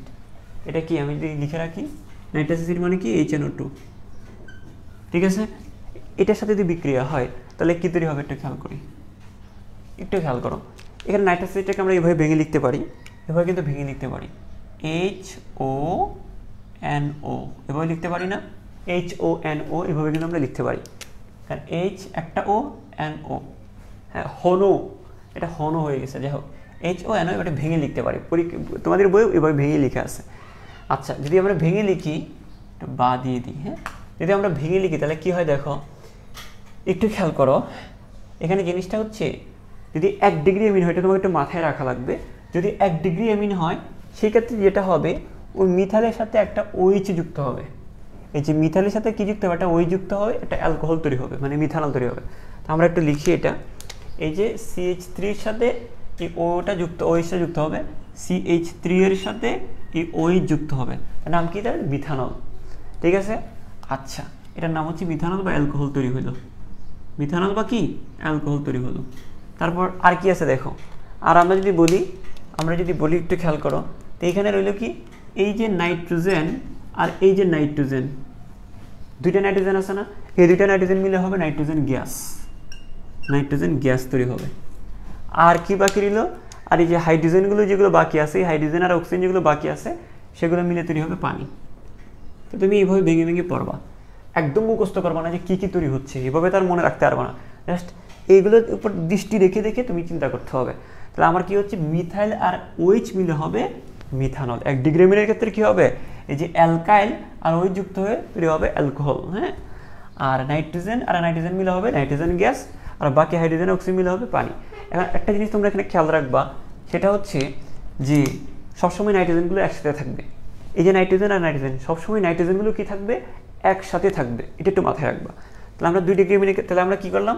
1 ডিগ্রি অ্যামিনের ক্ষেত্রে কি তৈরি হয় বলো তো? নাইট্রোজেন গ্যাস তৈরি হয়। কি তৈরি হয় বলো? 1 ডিগ্রি অ্যামিনের ক্ষেত্রে কি তৈরি হয়? নাইট্রোজেন গ্যাস তৈরি হয়, এটা মুখস্থ রাখতে হবে। 1 ডিগ্রি অ্যামিনের ক্ষেত্রে কি তৈরি হয়? নাইট্রোজেন গ্যাস তৈরি হয়। এইটার দ্বারাই কিন্তু আমরা কি করলাম? শনাক্ত করলাম বা শনাক্ত করব। ঠিক আছে, এটার দ্বারাই কিন্তু আমরা কি করব?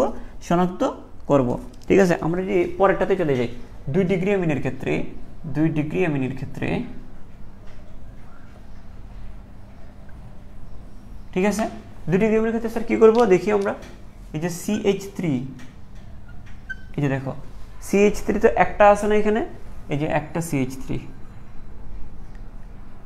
এই যে NH2, এই যে NH2, এখান থেকে আরেকটা হাইড্রোজেন যদি সরায় দিই, তো কয়টা হাইড্রোজেন থাকবে? একটা হাইড্রোজেন থাকবে। দুইটা থেকে একটা সরাই দিলাম, একটা থাকবে। একটা হাতকালি হবে, ওই হাতে আমরা আরেকটা CH3 দিব। এখানে কয় ডিগ্রি হইলো এটা, এদিকে একটা এদিকে একটা, 2 ডিগ্রি হয়ে গেল না, 2 ডিগ্রি এমিন। আচ্ছা দুইটা CH3 আছে না এখানে, এটাকে কিন্তু আমরা এইভাবে লিখতে পারি। কীভাবে লিখতে পারি, এই যে এইভাবে লিখতে পারি, CH3 কয়টা আছে, 2টা আছে, ব্র্যাকেট 2 তারপর NH। আমরা কিন্তু এটা এইভাবে লিখতে পারি, 2 ডিগ্রি এমিনটাকে এভাবে লেখা হয়। এসে বুঝছো তো জিনিসটা, আমি এটাকে এভাবে লিখে তোমাদেরকে বোঝাচ্ছি এইভাবে, কারণ বইয়ে এভাবে লেখা আছে। আমরা এটা লিখি CH3 কয়টা থাকবে, 2টা থাকলে এটা 2 ডিগ্রি এমিন, ঠিক আছে। এবং এর সাথে কার বিক্রিয়া, সেম নাইট্রাস অ্যাসিডের বিক্রিয়া, এই যে HNO2। এবং এটাকে কিভাবে লিখতে পারি আমরা, এটাকে আমরা লিখতে পারি HONO, আমরা এইভাবে লিখতে পারি, হ্যাঁ। আচ্ছা বিক্রিয়াটা হবে, এখন বিক্রিয়াটা ঠিক উল্টা হবে। 1 ডিগ্রিতে যা হয়েছে, 1 ডিগ্রিতে OH-টা গিয়ে এখানে যুক্ত হয়েছে। 2 ডিগ্রি বেলায় কী হবে, 2 ডিগ্রি গেলে মনে রাখবা এখানে NO-টা গিয়ে যুক্ত হবে। কে যুক্ত হবে, এখানে NO-টা গিয়ে এখানে কি যুক্ত হবে, এই যে এই পুরা জিনিসটার সাথে, এই যে এখানে NO-টা গিয়ে এখানে কি যুক্ত হবে, ঠিক আছে। এখন কথা বলছিলাম কি, এখানে যদি NO-টা গিয়ে যুক্ত হয়, আমার কি পুরা NH-টা সরে যাবে না। আমার কথা হচ্ছে যেখানে গিয়ে এই জিনিসটা যুক্ত হবে, যেখানে গিয়ে N গিয়ে যুক্ত হবে, যেখানে গিয়ে N যুক্ত হবে, সেখানে তো N-টা থাকতে হবে। আমি কি বলছিলাম, নাইট্রোজেন দুইটা একসাথে থাকে। তাহলে আমার কথা হচ্ছে যেহেতু এখানে NO-টা আসতেছে, মানে একটা নাইট্রোজেন আসতেছে, তাহলে এই নাইট্রোজেনটাকে এখানে সরে যাবে না, এই নাইট্রোজেনটা এখানে থাকবে। তাই আমরা কি লিখতে পারি, CH3N। আমি আবারও বলি কথাটা হচ্ছে এখান থেকে কি এই পুরা NH-টা কি সরে যাবে না, সরে যাবে না, কারণ এখানে কি আসতেছে, এখানে NO আসতেছে, তার মানে এখানে অবশ্যই নাইট্রোজেনটাকে থাকতে হবে, তাই নাইট্রোজেনটা থাকবে। তো CH3, এই যে CH2, এই যে N, এই যে N, তো N এর সাথে কি বসে যাবে কি NO, এখানে NO বসবে, ঠিক আছে। কে বসবে বলো, NO বসে যাবে। আমরা এখানে একটা বন্ডিং দিয়ে দিই, হ্যাঁ, একটা NO বসলো, আর হাইড্রোজেনটা সরে গেল না, ওই হাইড্রোজেনটা সরে গিয়ে এটার সাথে বিক্রিয়া করে পানি তৈরি করবে, এই, ঠিক আছে। তাহলে এই যৌগটা তৈরি হয়, তাহলে এই যৌগটার নাম কি, এই যৌগটা হচ্ছে হলুদ বর্ণের তৈলাক্ত নাইট্রোসোঅ্যামিন। তাহলে এই যৌগটাকে বলা হয় নাইট্রোসোঅ্যামিন। এটার নাম কি বলো, এটার নাম হচ্ছে নাইট্রোসোঅ্যামিন। এই যৌগটার নাম হচ্ছে নাইট্রোসোঅ্যামিন। এটা দেখে আমরা চিনব, এটা দেখে আমরা কি করব, চিনব। এখন এটার, কারণ এটার বর্ণ কেমন, এটা বর্ণ হচ্ছে হলুদ বর্ণের তৈলাক্ত পদার্থ, এটা হলুদ বর্ণের কি তৈলাক্ত পদার্থ, এটা হচ্ছে হলুদ বর্ণের, এটা হচ্ছে হলুদ বর্ণের তৈলাক্ত, ঠিক আছে, তৈলাক্ত পদার্থ। এটা দেখে আমরা চিনব। আচ্ছা আশা করি তোমরা বিক্রিয়াটা বুঝতে পেরেছো। তারপর আমরা যদি 3 ডিগ্রি এমিনের কথা বলি, 3 ডিগ্রি এমিনের ক্ষেত্রে কি হয়, দেখো 1 ডিগ্রি এমিনের ক্ষেত্রে নাইট্রোজেন গ্যাস তৈরি হয়, এটা দিয়ে আমরা চিনলাম। 2 ডিগ্রি এমিনে হলুদ বর্ণের তৈলাক্ত পদার্থ তৈরি হয়, সেটা দিয়ে আমরা চিনলাম। এটা কিন্তু লিকুইড, হ্যাঁ, এটা লিকুইড, এটা গ্যাস। তারপর আমরা 3 ডিগ্রি এমিন কীভাবে শনাক্ত করব, 3 ডিগ্রি এমিনের ক্ষেত্রে একটু খেয়াল করো। 3 ডিগ্রি এমিনের ক্ষেত্রে কি হয় একটু আমরা দেখি, হ্যাঁ। 3 ডিগ্রি এমিনের ক্ষেত্রে যেটা হয়, 3 ডিগ্রি এমিন মানে কি, এখানে CH3 কটা থাকবে, 3টা থাকবে। এই হাইড্রোজেনটা সরে গিয়ে 3টা CH3 থাকবে, CH3 3টা, এই যে N প্লাস HNO2। এটাকে যদি আমরা ভেঙে লিখি, HONO, তা দেখো এখানে যেটা হবে, এটাকে এখানে ভেঙে চিন্তা করবা না, এখানে এটাকে ভেঙে চিন্তা করবো না। 3 ডিগ্রি এমিনের ক্ষেত্রে এভাবে চিন্তা করতে হবে তোমাকে। দেখো এই জিনিসটা খেয়াল করো, এই যে এটা তো আমরা জানি, এটা তো প্লাস, হাইড্রোজেন কি প্লাস হয় না, এই হাইড্রোজেনটা এখানে প্লাস, তাহলে বাকি পুরো জিনিসটা কি, পুরাটা হচ্ছে মাইনাস, ঠিক আছে। আচ্ছা আমরা তাহলে এখানে লিখব, আমরা এখানে লিখব CH3, এই যে CH3 3, এই যে CH3 3, এই যে N, এই যে N। তাহলে আমরা এখানে এই হাইড্রোজেনটাকে যুক্ত করে দিব, এই হাইড্রোজেনটাকে আমরা কি করব, যুক্ত করে। আচ্ছা এখানে আরেকটা জিনিসটা মাথায় রাখতে হবে, এখানে কিন্তু HCl সহকারে বিক্রিয়াটা ঘটাইতে হবে, হ্যাঁ। কি সহকারে, HCl সহকারে বিক্রিয়াটা ঘটাতে হবে, এখানে HCl সহকারে বিক্রিয়া ঘটাতে হবে, মানে জিনিসগুলো। আচ্ছা আমি একটু পরে বলি তাহলে এই বিষয়টা, আগে মাথায় রাখো।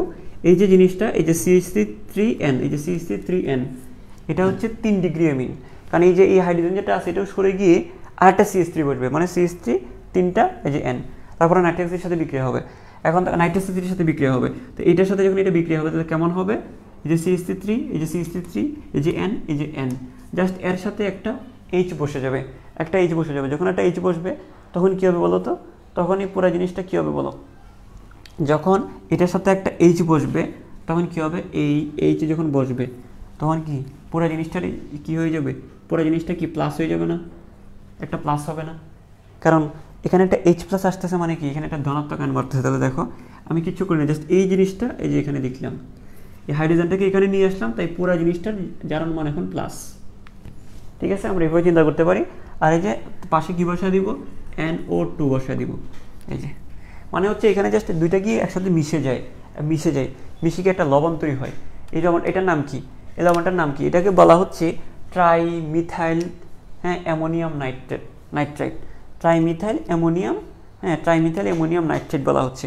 কেননা আমরা এটাকে অ্যামোনিয়াম কেন বলতেছি, দেখো আমরা কি বলি, দেখো NH3 তার সাথে যদি একটা H প্লাস বসায় দিই তখন আমরা কি বলি, একটা H প্লাস যদি বসাই তাহলে কয়টা হাইড্রোজেন হয়, একটা H প্লাস যদি বসায় দিই তা 4টা হাইড্রোজেন হয় না, 3টা হাইড্রোজেনের সাথে একটা হাইড্রোজেন যদি বসাই 4টা হাইড্রোজেন হয় প্লাস। এটাকে আমরা কি বলি, অ্যামোনিয়াম বলি। কি বলি, অ্যামোনিয়াম বলি।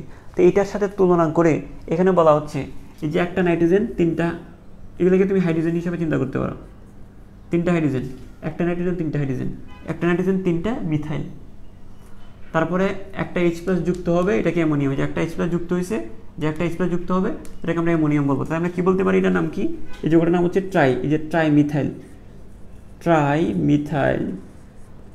Trimethyl ammonium. ট্রাইমিথাইল কি বলতো, অ্যামোনিয়াম। মানে এই জিনিসটাকেই আমরা এটার রূপান্তর, মানে এটা কি করতে পারি, ধরো এটাকে অ্যামোনিয়াম থেকে 3টা হাইড্রোজেন সরায় দিছো, কথার কথা এই অ্যামোনিয়াম থেকে যদি 3টা হাইড্রোজেন সরায় দাও, এই যে অ্যামোনিয়ামটা থেকে 3টা হাইড্রোজেন সরায় দাও, কি বসাইছো, 3টা মিথাইল বসাইছো, তো জিনিসটার নাম কি হইলো, এটা তো অ্যামোনিয়াম। এখন এখানে কি বলবা, ট্রাইমিথাইল অ্যামোনিয়াম।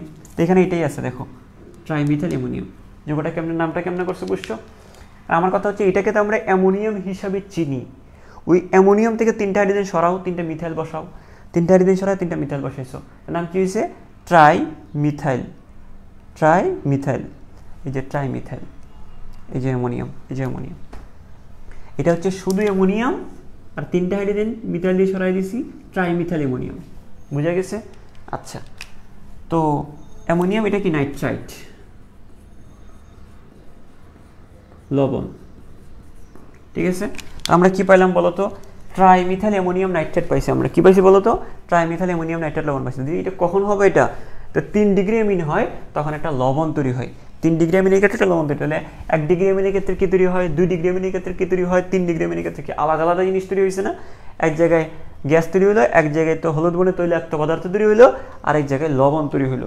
তা আশা করি তোমরা জিনিসটা বুঝতে পেরেছো। আশা করি তোমাদের জিনিসটা বুঝে গিয়েছে। তো এটা কিভাবে তৈরি হয়েছে বুঝছোই। জাস্ট কি করলাম, আমরা এইখানে জাস্ট হাইড্রোজেনটাকে এখানে বসাই দিচ্ছি, এই যে জাস্ট এই জায়গায় হাইড্রোজেনটা বসাই দিচ্ছি, এই জায়গায় নাইট্রেটটাকে বসাই দিচ্ছি। এই যে হাইড্রোজেন বসালাম, নাইট্রেট বসালাম। আর হাইড্রোজেন বসানোর পরে আমরা দেখতে পাচ্ছি এটাকে অ্যামোনিয়ামের সাথে তুলনা করা যায়। তো দেখো অ্যামোনিয়ামের 3টা, এখানে 4টা হাইড্রোজেন আছে, 3টা হাইড্রোজেন সরাইয়া আমি 3টা CH3 বসাইলাম, এটা হচ্ছে শুধু অ্যামোনিয়াম। এটাকে আমরা বলতে পারি ট্রাইমিথাইল অ্যামোনিয়াম। এই যে দেখো ট্রাইমিথাইল অ্যামোনিয়াম নাইট্রেট, এই যে এটার সাথে এটা তুলনা করে এই নামটা বলতে পারি আমরা। ঠিক আছে, আশা করি তোমরা বুঝতে পেরেছো। আচ্ছা, এখন আমরা নেক্সট যদি যাই, এখানে একটা বিষয় আছে, তাহলে 1 ডিগ্রি, 2 ডিগ্রি, 3 ডিগ্রি অ্যামিন আমরা শনাক্ত করলাম কিসের মাধ্যমে, নাইট্রাস অ্যাসিড সহ পরীক্ষা করার মাধ্যমে। আচ্ছা, নাইট্রাস অ্যাসিড সহ আমরা আরেকটা জিনিস মনে রাখবো।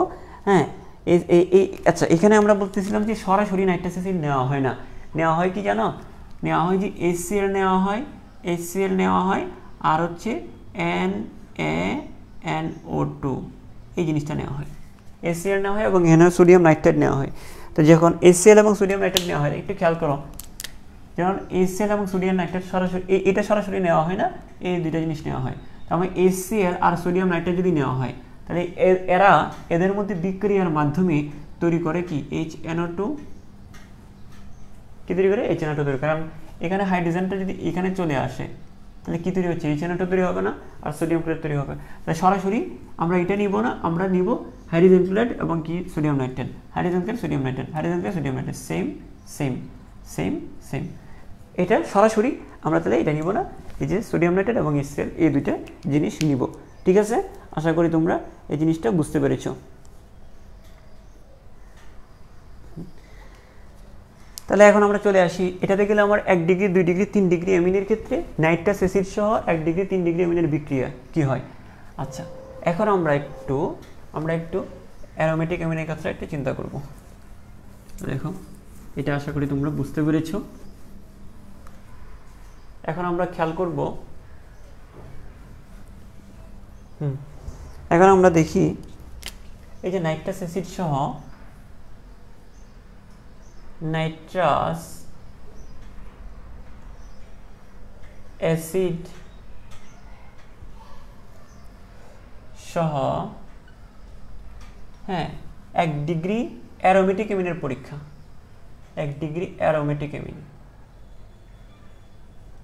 1 ডিগ্রি কিসের পরীক্ষা? অ্যারোমেটিক। এই যে নাইট্রাস অ্যাসিড সহ 1 ডিগ্রি অ্যারোমেটিক অ্যামিন পরীক্ষা। দুইটা জিনিস ঘটতে পারে।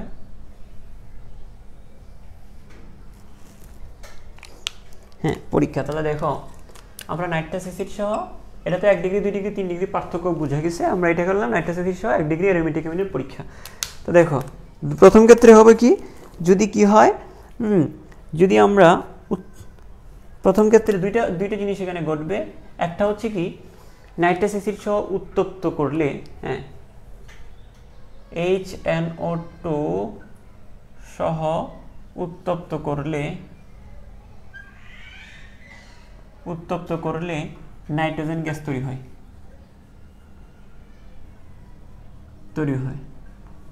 আমরা যদি একটু বিক্রিয়াটা দেখেন, নাইট্রাস অ্যাসিড সহ কি, তো আমরা একটা 1 ডিগ্রি অ্যারোমেটিক অ্যামিন মানে কি, এই যে অ্যারোমেটিক বেঞ্জিনমূলক, তারপর হচ্ছে NH2, এটা হচ্ছে 1 ডিগ্রি অ্যারোমেটিক অ্যামিন। এটা 1 ডিগ্রি অ্যারোমেটিক অ্যামিন। তার সাথে যদি আমরা কিসের দ্বারা বিক্রিয়া করতেছি এখন, HNO2 সহ, এই যে নাইট্রাস অ্যাসিড, এটার সাথে যদি আমরা বিক্রিয়া করি তাহলে কি তৈরি হবে একটু খেয়াল করি। স্যার, তৈরি হবে কি, নাইট্রোজেন গ্যাস তৈরি হবে। কিভাবে তৈরি হবে দেখো, এই যে আগেরটার মতোই এটাকে আমরা এভাবে ভেঙে লিখতে পারি, HONO। এটা যদি ভেঙে লিখি, দেখো এই যে ওইচটা এটা চলে আসবে এখানে, ঠিক আছে। আর এই যে নাইট্রোজেনটা খেয়াল করো, এইটা যদি এখানে চলে আসে তাহলে কি তৈরি হবে দেখো, এখানে ফেনল তৈরি হবে। কি তৈরি হবে? ফেনল তৈরি হবে। কারণ ওইচটা যদি এখানে যায়, HO মানে তো ওইচ, তাই না? ওইচটা যদি এখানে যায় কি তৈরি হবে? ফেনল তৈরি হবে। আর নাইট্রোজেনটা এখান থেকে সরে যাবে। তো এই যে নাইট্রোজেন, ওই যে আগেরটার মতোই, যে এখানে 1 ডিগ্রি অ্যামিন যেভাবে বিক্রিয়াটা করছিল সেম প্রসেস। এখানে আমরা 1 ডিগ্রি অ্যামিনটা যেভাবে দেখেছি এভাবেই হবে। এখানে নাইট্রোজেন আর এখানে নাইট্রোজেন বিক্রিয়া করে হবে কি, নাইট্রোজেন গ্যাস তৈরি হবে। আর বাকি হাইড্রোজেনগুলো মিলে পানি তৈরি হবে। বুঝছো? তো যেটা আমরা 1 ডিগ্রি অ্যামিনে যেটা দেখালাম, 1 ডিগ্রি অ্যামিনের ক্ষেত্রে নাইট্রোজেন গ্যাস তৈরি হয়, 2 ডিগ্রি অ্যামিনের ক্ষেত্রে নাইট্রোসেমিন তৈলাক্ত পদার্থ তৈরি হয়, 3 ডিগ্রি অ্যামিনের ক্ষেত্রে লবণ তৈরি হয়, অ্যামোনিয়াম লবণ। তো 1 ডিগ্রি অ্যামিনে যেরকমভাবে নাইট্রোজেন গ্যাস তৈরি হয়েছে, ঠিক একইভাবে এখানেও নাইট্রোজেন গ্যাস তৈরি হবে। ক্লিয়ার?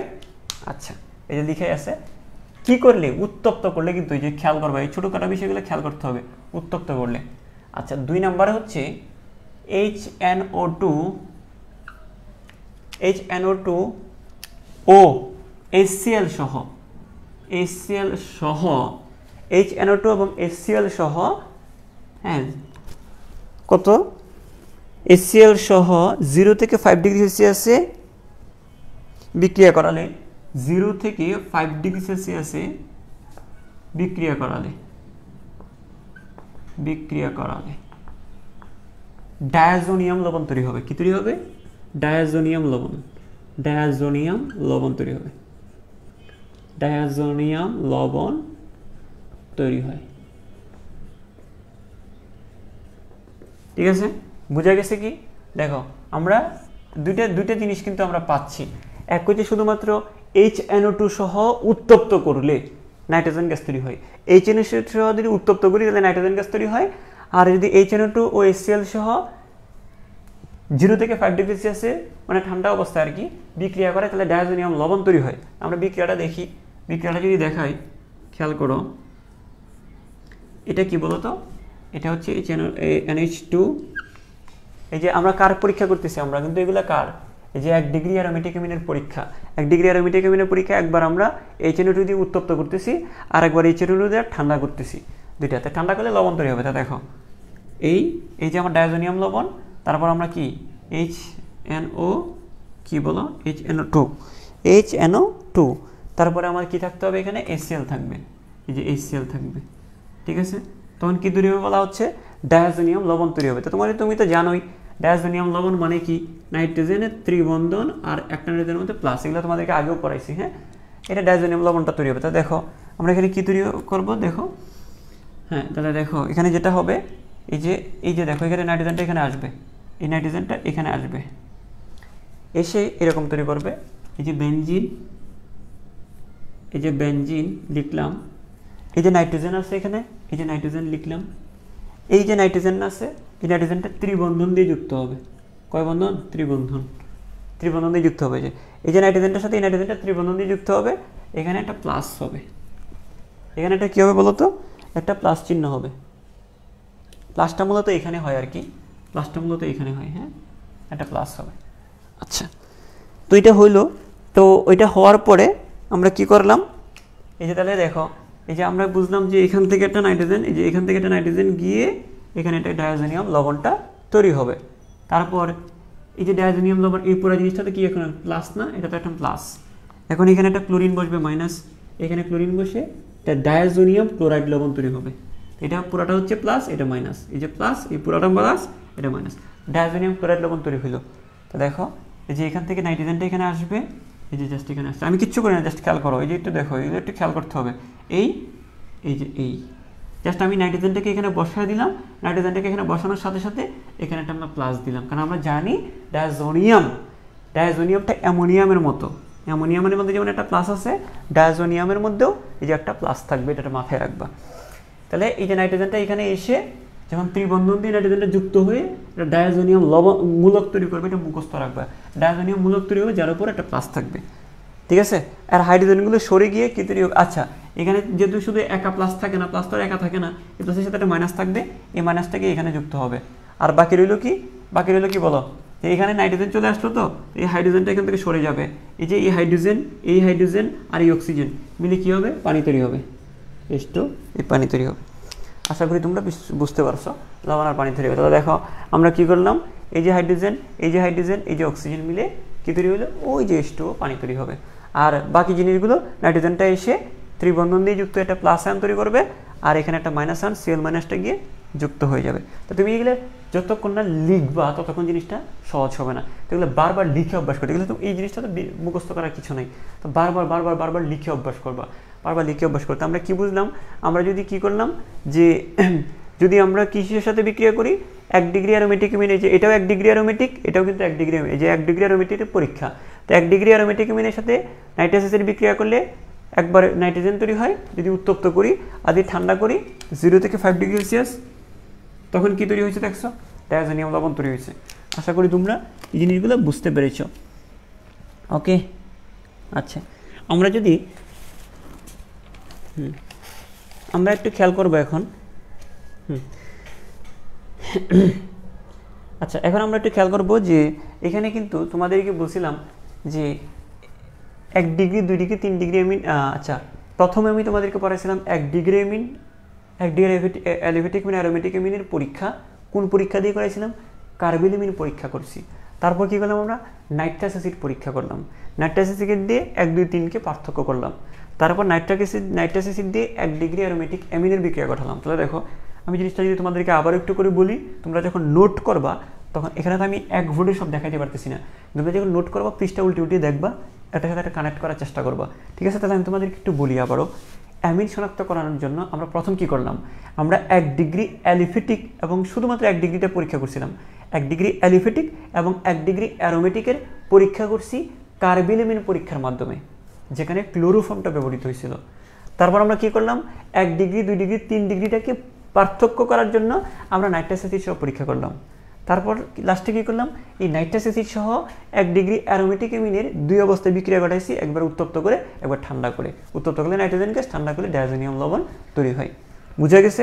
আচ্ছা তাহলে আমরা প্রথম বিক্রিয়াতে যদি একটু ফিরে যাই, প্রথম বিক্রিয়াটা কেমন ছিল, 1 ডিগ্রি অ্যালিফেটিক এবং অ্যারোমেটিকের পরীক্ষা, সেটা আমরা কীভাবে করছিলাম, কার্বিল অ্যামিন পরীক্ষা নামক একটা পরীক্ষার মাধ্যমে করছিলাম। এই কার্বিল অ্যামিন পরীক্ষাটা একটু দেখি, এই কার্বিল অ্যামিন পরীক্ষাটা আমি যদি এটা মুছে দিই, স্যার এই কার্বিলিমেন্ট পরীক্ষাটা কি? ওই কার্বিলিমেন্ট পরীক্ষার মধ্যে কি ব্যবহার করা হয়? ক্লোরোফর্ম ব্যবহার করা হয়। স্যার কি ব্যবহার করা হয়? ক্লোরোফর্ম ব্যবহার করা হয়। তো এই ক্লোরোফর্ম সম্পর্কে আমরা একটু করে এখন জানবো, এটা এখানে আলোচনা করে ফেলবো। যদিও শনাক্তকরণের মধ্যে পড়ে না, কিন্তু আমরা এগুলোর সাথে একসাথে আলোচনা করলে আমাদের জন্য এই টপিকগুলো শেষ হয়ে যাবে বা মনে রাখাটা একটু সহজ হবে। ঠিক আছে, তাহলে আমরা একটু কী করবো, ক্লোরোফর্ম নিয়ে একটু কথা বলবো। ক্লোরোফর্মের ব্যবহার, ক্লোরোফর্মের সংকেত কি? CH Cl3। হ্যাঁ, এটা হচ্ছে ক্লোরোফর্ম বা ক্লোরোফর্ম, ফর্মের ব্যবহার। আমরা ব্যবহারটা একটু করে জানবো। স্যার কি কি ব্যবহার আছে একটু বলেন তো? হ্যাঁ, প্রথম ব্যবহারটা যদি আমরা বলি যে প্রথম কি, এই ক্লোরোফর্ম দিয়ে আমরা কি করছিলাম? 1 ডিগ্রি এবং 1 ডিগ্রি অ্যালিফেটিক এবং অ্যারোমেটিক মিনের শনাক্তকরণ করছিলাম না? তো এটা লিখে ফেলি। এটা দিয়ে আমরা কি করতে পারি? 1 ডিগ্রি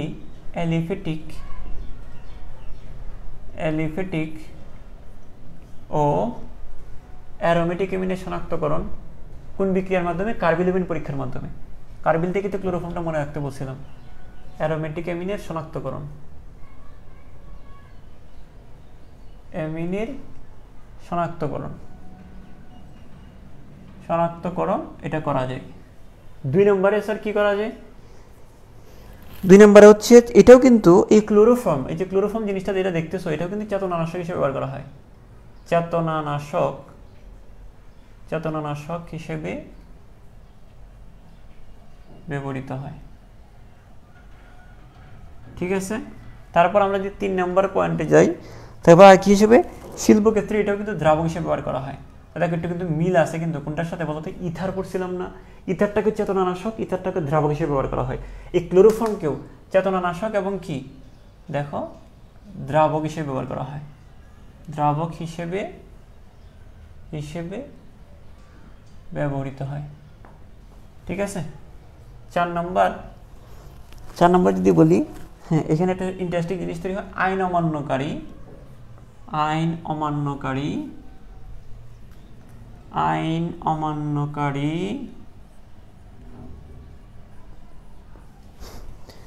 অমান্যকারী বিশৃঙ্খল জনসমাবেশে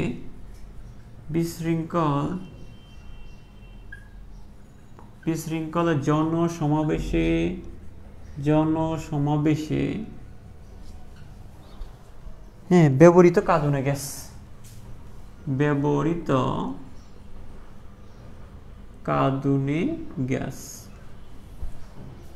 কি গ্যাস বলতো? কাঁদুনে গ্যাস। এটা সংকেতটা হচ্ছে এরকম। হ্যাঁ, নাইট্রোক্লোরোফর্ম। এটা আসলে কি? নাইট্রোক্লোরোফর্ম। এটা সংকেতটা হচ্ছে এরকম। হ্যাঁ, ব্যবহৃত কাঁদুনে গ্যাস, বা এটা কিভাবে লেখা হয়? CCl3NO2। এটা হচ্ছে নাইট্রোক্লোরোফর্ম। হ্যাঁ, এই জিনিসটা ব্যবহার করা হয় কাঁদুনে গ্যাস তৈরিতে। তো দেখো লাস্ট পয়েন্টটা দেখো, প্রথমগুলো তো বুঝছো, চেতনানাশক হিসেবে শিল্পক্ষেত্রে দ্রাবক হিসাবে, এটা তো বুঝছো, ইথারের সাথে মিল রেখে মনে রাখবা। লাস্ট পয়েন্টটা একটু খেয়াল করবা।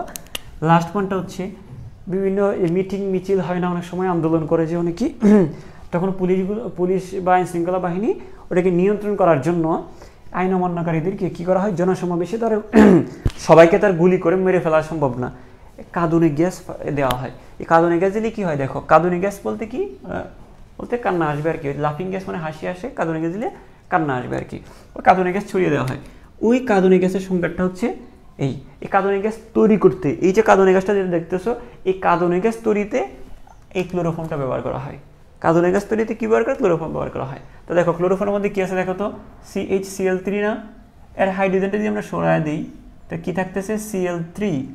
তার এই হাইড্রোজেনের পরিবর্তে আমরা একটা নাইট্রো মূলক বসায় দিব। এই যে নাইট্রোক্লোরোফর্ম, এটার নাম কি? নাইট্রোক্লোরোফর্ম। এটাই কাঁদুনে গ্যাস। এই নাইট্রোক্লোরোফর্ম, এটাকে আমরা কি বলতে পারি? এটাকে আমরা বলি কাঁদুনে গ্যাস।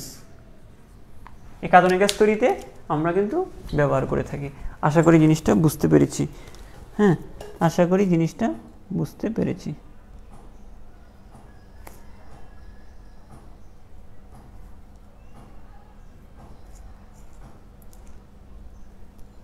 ঠিক আছে, আশা করি বুঝতে পেরেছি। ওকে, আচ্ছা, নেক্সট যদি আমরা যাই,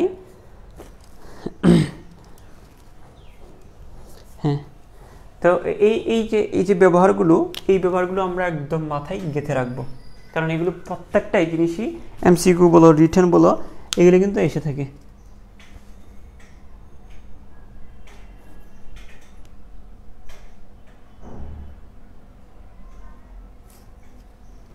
ঠিক আছে, তো এই প্রত্যেকটা জিনিস আমাদের ব্যবহারে লাগবে। এখন একটা জিনিস খেয়াল করো, একটা গুরুত্বপূর্ণ জিনিস হচ্ছে কি, দেখো এই যে চেতনানাশক হিসেবে যেহেতু আমরা এটা ব্যবহার করি, একটু খেয়াল করো, এই যে চেতনানাশক হিসেবে যদি আমরা এটা ব্যবহার করি, তাহলে দেখো জিনিসটা হচ্ছে কি, এটাকে কিন্তু আমাকে ওই আগের মতো চিন্তা করতে হবে।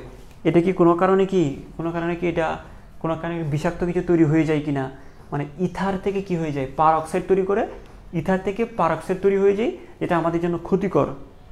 এখন এইখানেও কি এরকম কিছু হয় কি না, ক্লোরোফর্মটাকে যেহেতু আমরা চেতনানাশক ব্যবহার করি, এটাও কি কোনো কিছু এমন কিছু তৈরি করে ফেলে না কিনা, যেটা আমাদের জন্য ক্ষতি হয়, যেটা আমাদের জন্য কি করে, ক্ষতি করে, যেমন বিষ তৈরি করে ফেললে তো আমরা আবার মারা যাবো, এমনভাবে চেতনানাশ হবে, জীবনের জন্য হয়ে যাবে। তো এই জন্য এখানেও কিন্তু ওই ইথারের মতোই আমরা একটু চিন্তা করতে হবে। হ্যাঁ, যেটা হচ্ছে সূর্যের আলোর উপস্থিতিতে এটাও কিন্তু একটা বিষাক্ত গ্যাস তৈরি করে ফেলে। দেখো সেটা আমরা একটু যদি লিখি, তো সূর্যালোক ও বাতাসের সংস্পর্শে এটা কী তৈরি করে, হ্যাঁ, এটা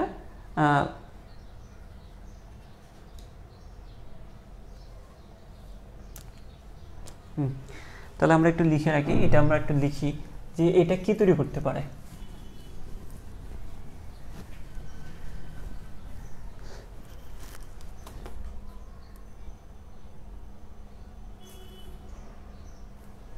দেখো আমরা প্রথমে যদি একটু বলি,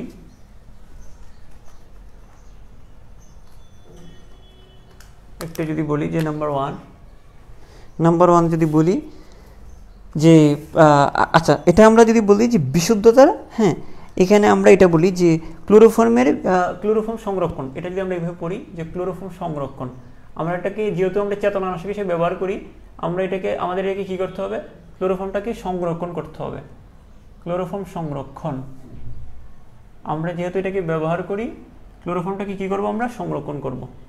তাহলে দেখো ক্লোরোফর্মটাকে সংরক্ষণ করব, তাহলে প্রথম কথা হচ্ছে সংরক্ষণের আগে আমরা জানতে হবে যে এটা আসলে হয়টা কি, এটা আসলে হয় কি।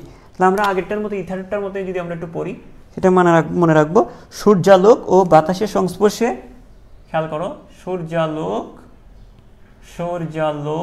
ও বাতাসের সংস্পর্শে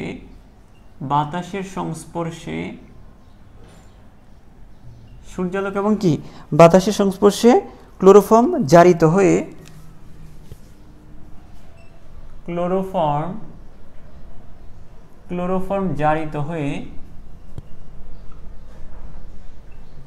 কি হয়, জারিত হয়ে বিষাক্ত ফসজিন গ্যাস তৈরি করে,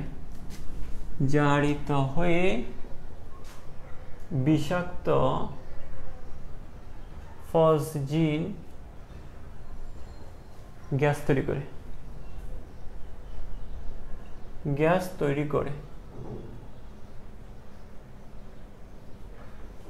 তৈরি করে, বিক্রিয়াটা যদি আমরা এইভাবে দেখাই, মনে করো যে এখানে কি CHCl3 প্লাস, খেয়াল করো, অক্সিজেন, এটা বিক্রিয়া করে, এই যে এটা হচ্ছে ক্লোরোফর্ম, এটা হচ্ছে অক্সিজেন, তো বলাই দিয়েছে এখানে সূর্যের আলো, হ্যাঁ, সূর্যের আলো। তা দেখো এই যে বলা হচ্ছে কি সূর্যালোক ও বাতাস মানে কি, বাতাস মানে তো অক্সিজেন থাকবে। তা দেখো ক্লোরোফর্মটা সংরক্ষণ, তো ক্লোরোফর্মটা হয় কি, এই যে ক্লোরোফর্মটা হচ্ছে কি, এই যে ক্লোরোফর্মটা সূর্যালোক এবং বাতাস মানে অক্সিজেনের উপস্থিতি বিক্রিয়া করে এটা কি তৈরি করবে, COCl2, এই যে বিষাক্ত ফসজিন গ্যাসের সংকেত কি জানো, সেটা হচ্ছে CaCl2। এই ফসজিন গ্যাস এই জিনিসটা তৈরি করবে, হ্যাঁ, এই ফসজিন গ্যাসটা তৈরি করে, আচ্ছা, এবং HCl তৈরি করে, ঠিক আছে। তো এটা কীভাবে হয়, দেখো ফসজিন গ্যাসটা কীভাবে তৈরি হয়, এই যে একটা কার্বন আর একটা অক্সিজেন আর দুইটা ক্লোরিন মিলে কি তৈরি হয়, কার্বন, অক্সিজেন এবং ক্লোরিন মিলে COCl2 এভাবে তৈরি করবে, আর হাইড্রোজেন মিলে HCl তৈরি করবে। এটা সমতা করা হয় না, এখানে দুইটা অক্সিজেন আছে, তো এখানে দুইটা ফসজিন গ্যাস তৈরি হবে, সমতা করা হয় না, জাস্ট মাথায় রাখো যে এরকম একটা ফসজিন গ্যাস তৈরি হয়, এটা জাস্ট তোমাকে একটা মুখস্থ রাখা লাগবে। কয়েকটা জিনিস দেখো, তো এই যে দেখো সূর্যের আলোর উপস্থিতিতে এবং ক্লোরোফর্মটা, এই যে সূর্যের আলো এবং বাতাসের সংস্পর্শে এই ক্লোরোফর্ম থেকে এই ফসজিন গ্যাসটা তৈরি হবে। কোন গ্যাসটা? এই যে ফসজিন গ্যাস, এইটা কিন্তু বিষাক্ত গ্যাস। এখন দেখো কোনো কারণে তুমি রাখছো কি, তুমি বোতলে বা কোনো একটা পাত্রে তুমি ক্লোরোফর্ম রাখছো, তো সূর্যের আলোর উপস্থিতিতে এই ক্লোরোফর্ম, কিছু কিছু ক্লোরোফর্ম কিসে পরিণত হয়ে গেল? ফসজিন গ্যাস তৈরি হয়ে গেল। তখন তুমি যদি চেতনা নাশক একটা রোগীকে দাও, বিষাক্ত গ্যাসের প্রভাবে ওই মানুষটা কী হবে? মারা যাবে না? এটা মারা যাবে। আচ্ছা, তো এখানে এই জন্য তোমাকে আমাকে এটা খেয়াল রাখতে হবে, তো এই জন্য সংরক্ষণটা করতে হবে। তো প্রথম যদি বলি, তো অবস্থা অনুযায়ী ব্যবস্থা, তাহলে প্রথম অবস্থা কি এখানে? এটাও কিন্তু অস্বচ্ছ বাদামি বর্ণের রঙিন বোতলে। হ্যাঁ, আমরা আগেরটার মতোই, যেহেতু এখানে সূর্যের আলোকের একটা প্রভাব আছে আর বাতাসের একটা বিষয় আছে, তো আমরা কি করব? অস্বচ্ছ, খেয়াল করো, অস্বচ্ছ বাদামি বর্ণের বোতলে, বাদামি বর্ণের রঙিন বোতলে মুখ পর্যন্ত, আমরা রঙিন বোতল যদি বলি, বাদামি রঙিন বোতলে কি করব? মুখ পর্যন্ত ভর্তি করে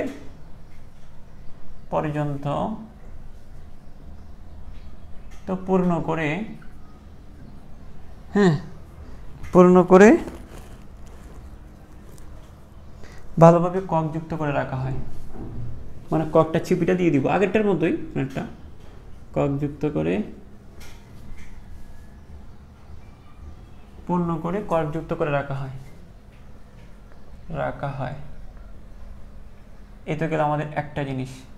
2 নাম্বার হচ্ছে কি? 2 নাম্বার হচ্ছে 1% ইথানল যুক্ত করে দেওয়া হয়। 1% ইথানল যোগ করা হয়। 1% ইথানল যোগ করা হয়। তো 1% ইথানল যোগ করলে স্যার কী হবে? 1% ইথানল যোগ করা হয় যদি, কেননা ফসজিন গ্যাস উৎপন্ন হলেও এটা কি করবে? যদি কোনো কারণে ফসজিন গ্যাস তৈরি হয়ে যায়, তখন এটা কি করবে? এই ফসজিন গ্যাসটাকে অন্য একটা যৌগে রূপান্তর করে ফেলবে। এটা অক্ষতিকর যৌগ। হ্যাঁ, আমরা একটু লিখে ফেলি আগে। কেননা ফসজিন গ্যাস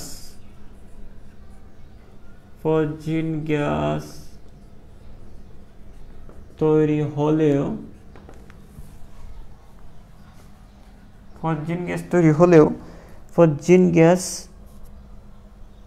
হলেও এটি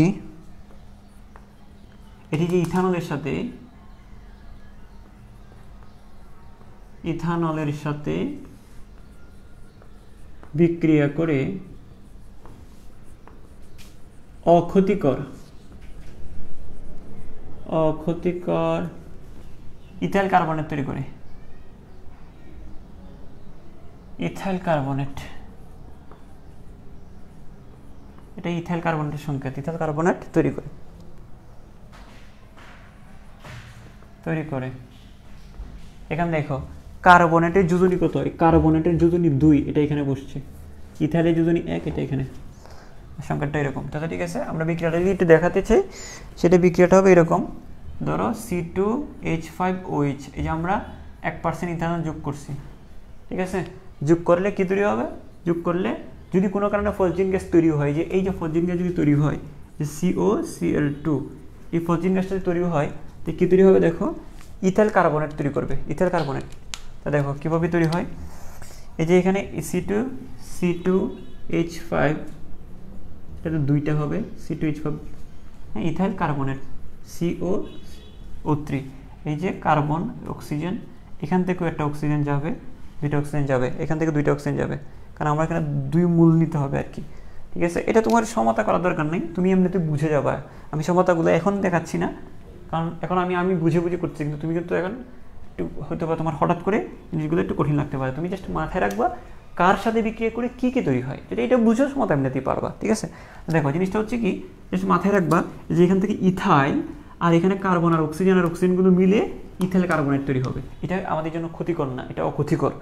ইথাইল কার্বনেট তৈরি হবে, কি তৈরি হবে? ইথাইল কার্বনেট তৈরি করবে আর HCl তৈরি করবে, প্লাস কি তৈরি করবে? HCl তৈরি করবে। এটা আমাদের জন্য কি অক্ষতিকর। হ্যাঁ, তো কি পাইলাম আমরা? ক্লোরোফর্মটাকে এই 2 উপায়ে সংরক্ষণ আমরা করলাম। ঠিক আছে, আচ্ছা, এখন ক্লোরোফর্মের বিশুদ্ধতার পরীক্ষা, যে ক্লোরোফর্মের মধ্যে আসলে কোনো ফসজিন গ্যাস তৈরি হয়ে আসে নাকি, সেটা আমরা একটা পরীক্ষা করতে পারি। এটাকে আমরা বলবো ক্লোরোফর্মের বিশুদ্ধতার পরীক্ষা। তাহলে দেখো আমরা এখন আচ্ছা ক্লোরোফর্মের সংখ্যাটা এখানে লিখে রাখি CHCl3। আমরা এখন যে জিনিসটা শিখব ক্লোরোফর্মের বিশুদ্ধতার পরীক্ষা। আমরা এখন একটু লিখি যে ক্লোরোফর্মের বিশুদ্ধতার পরীক্ষা।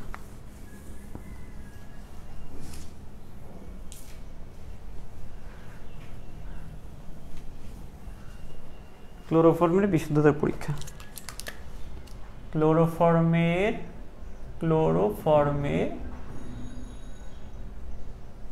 বিশুদ্ধতার পরীক্ষা, বিশুদ্ধতার পরীক্ষা।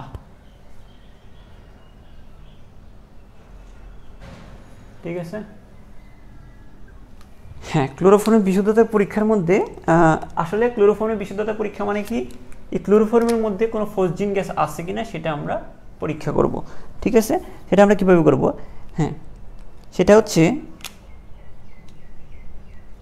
এক নাম্বার হচ্ছে দেখো এই ক্লোরোফর্মের মধ্যে যদি কোনো ফসজিন গ্যাস থাকে তাহলে সিলভার নাইট্রেটের সাথে বিক্রিয়া করে কি তৈরি করবে? সিলভার ক্লোরাইড অধক্ষেপ করবে। তাহলে আমরা যদি লিখি যে সিলভার নাইট্রেট, আমরা প্রথম পরীক্ষাটা যদি দিই যে সিলভার নাইট্রেট যোগ করলে যদি সিলভার ক্লোরাইডের অধক্ষেপ পড়ে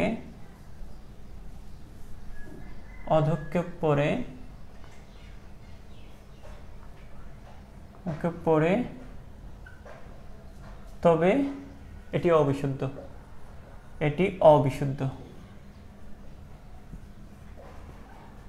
অবিশুদ্ধ, কেন আমরা এটা খেয়াল করি, কারণ আমরা যদি বিক্রিয়াটা দেখাই, বিক্রিয়াটা যদি দেখি একটু খেয়াল করি, ধরো এই যে কি, এই যে ক্লোরোফর্মটা, এই যে CHCl3, এই যে CHCl3 আমরা কি বলছিলাম যে সূর্যের আলোর উপস্থিতিতে, এই যে দেখো সূর্যের আলোর উপস্থিতিতে কি হয়, এই সূর্যের আলোর উপস্থিতিতে অক্সিজেনের সাথে বিক্রিয়া করে ফসজিন গ্যাস তৈরি হয়। তো দেখো COCl2 এটা তৈরি করে না, এবং কি তৈরি করে? HCl তৈরি করে। COCl2 এবং কি তৈরি করে? HCl। এই জিনিসটা তৈরি করে না, এই জিনিসটা তো তৈরি করে। আচ্ছা, তার মানে এখানে কি তৈরি হচ্ছে দেখো, তার মানে এটা কি অবিশুদ্ধ না? অবিশুদ্ধ। ওই যে HClটা খেয়াল করবা, ওই HClটা এখন তুমি এই জায়গাটার মধ্যে, এটা তো অবিশুদ্ধ, এটা কি তাহলে অবিশুদ্ধ হয়ে গেল না? এটা অবিশুদ্ধ হয়ে গেল, এটা এখন অবিশুদ্ধ হয়ে গেল, এটা এখন কি হয়ে গেল? অবিশুদ্ধ হয়ে গেল। যেহেতু এটা এই ফসজিন গ্যাস তৈরি হয়েছে সেটা এটা অবিশুদ্ধ হয়ে গেল। এখন ওই অবিশুদ্ধ জিনিসটার মধ্যে তুমি যদি সিলভার নাইট্রেট যোগ করো, এই জিনিসটার মধ্যে যদি সিলভার নাইট্রেট যোগ করো, ঠিক আছে, তুমি কি করতেছো? এই যে সিলভার নাইট্রেট যোগ করতেছো, তো এই HCl এর মধ্যে মানে এই যৌগটার মধ্যে, মানে এই যখন এই জিনিসটা তৈরি হবে তার মধ্যে ফসজিন গ্যাস তৈরি হবে, মানে কি HCl তৈরি হবে। ফসজিন গ্যাস তৈরি হবে মানে কি HCl তৈরি হওয়া। তখন এটার মধ্যে তুমি সিলভার নাইট্রেট যোগ করো, কি যোগ করো? সিলভার নাইট্রেট যদি যোগ করো তাহলে কিসের অধক্ষেপ পড়বে দেখো তো?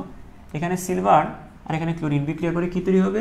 সিলভার ক্লোরাইড তৈরি হবে। এটা অধক্ষেপ পড়বে, সাদা অধক্ষেপ হবে। আর এখানে এই জিনিসটা তৈরি হবে, এই সিলভার নাইট্রেটের অধক্ষেপ পড়ে। এই অধক্ষেপ দেখে আমরা বুঝবো এটা কি অবিশুদ্ধ। হ্যাঁ, এই অধক্ষেপ। তো এখানে খেয়াল করো, এখানে অধক্ষেপ তৈরি হলো কেন? কারণ এখানে HCl ছিল বলে। HCl তৈরি হয়েছে কেন? কারণ এখানে ফসজিন গ্যাস তৈরি হয়েছে বলে। তার মানে এটা অবিশুদ্ধ। বুঝতে পেরেছি? এটা হচ্ছে আমাদের অবিশুদ্ধ। ঠিক আছে, আমি যদি এটা হচ্ছে 2 নম্বর সিদ্ধান্ত যদি দিই, হ্যাঁ তাহলে খেয়াল করো, হ্যাঁ সিলভার নাইট্রেট যোগ করলে যদি অধক্ষেপ না